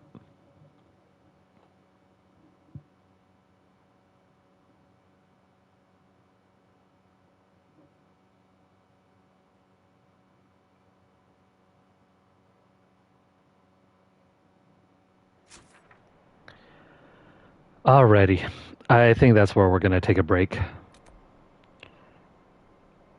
There's still so much more to check out around here.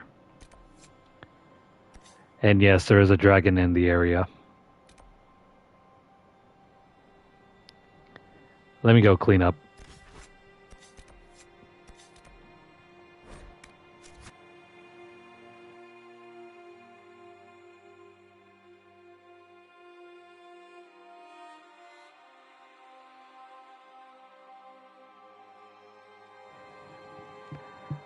I'll figure out later what we're going to play, if we're playing anything else tonight.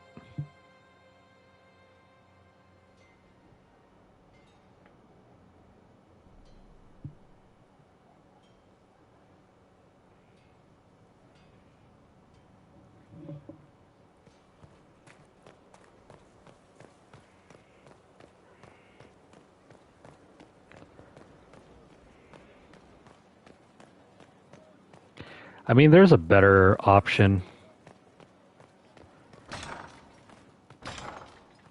The other option is to double your armor. Or guard, I think. And instead wipe out your barrier.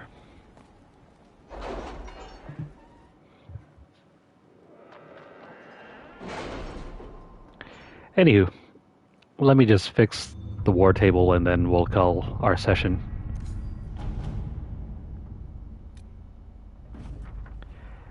Nightingale. We underestimated the threat. Our friend the Marquis, or I can never pronounce this correct. Anyway, our friend met with a dozen nobles in the past week. Bribes in the form of gifts changed hands. Most of them busts of Justinian V. We appropriated one and discovered it hollow and stuffed with red lyrium. Awaiting instructions.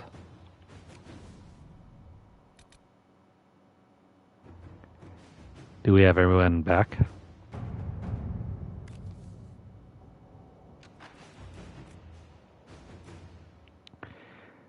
Liliana is the only one that can do this. Alexius has been put to work as a magical researcher for the Inquisition. The spell he used in Redcliffe was incredibly complex, even though he doesn't understand all the theory behind it. But he has confessed it was only possible to cast because the breach has thinned the veil. Alexius can look into applications of the theory for safer use.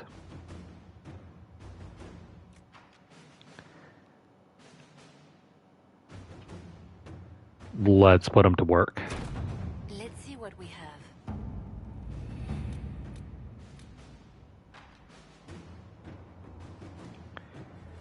Next one.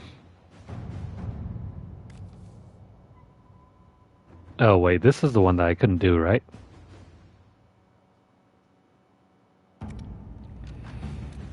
I think that was one of the ones we were waiting on.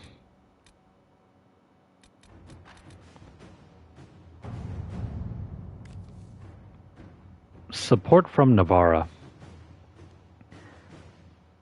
First, allow me to compliment the Inquisition's many victories on behalf of the Forsythia family.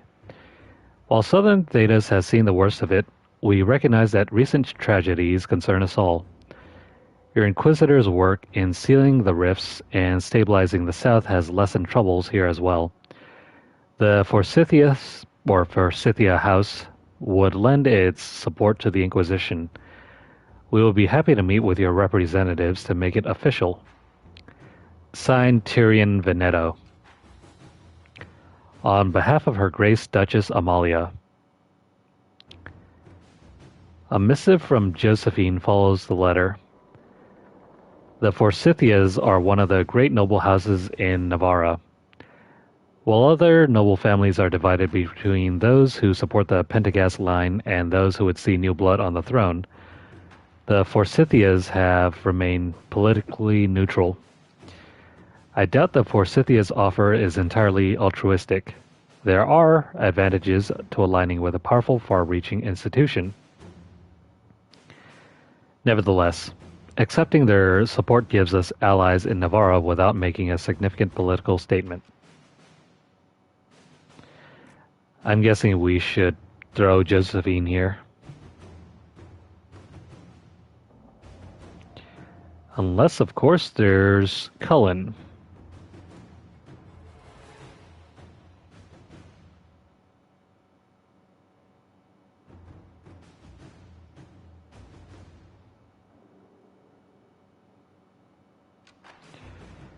Doesn't matter who we send. No, it does not. Cullen. We'll send a personal guard with our rep. All right.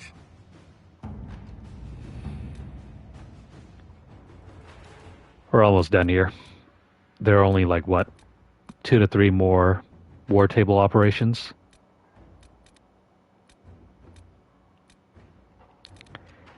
Something like that.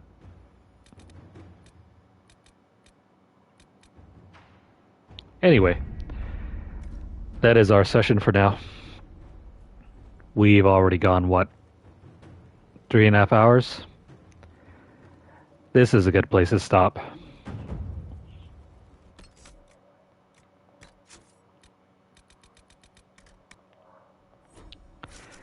As for the rest of this night, I guess I might come back and do some, maybe Borderlands 3. We haven't got to that one in a while. I'll make up my mind later. For now, we'll take a break.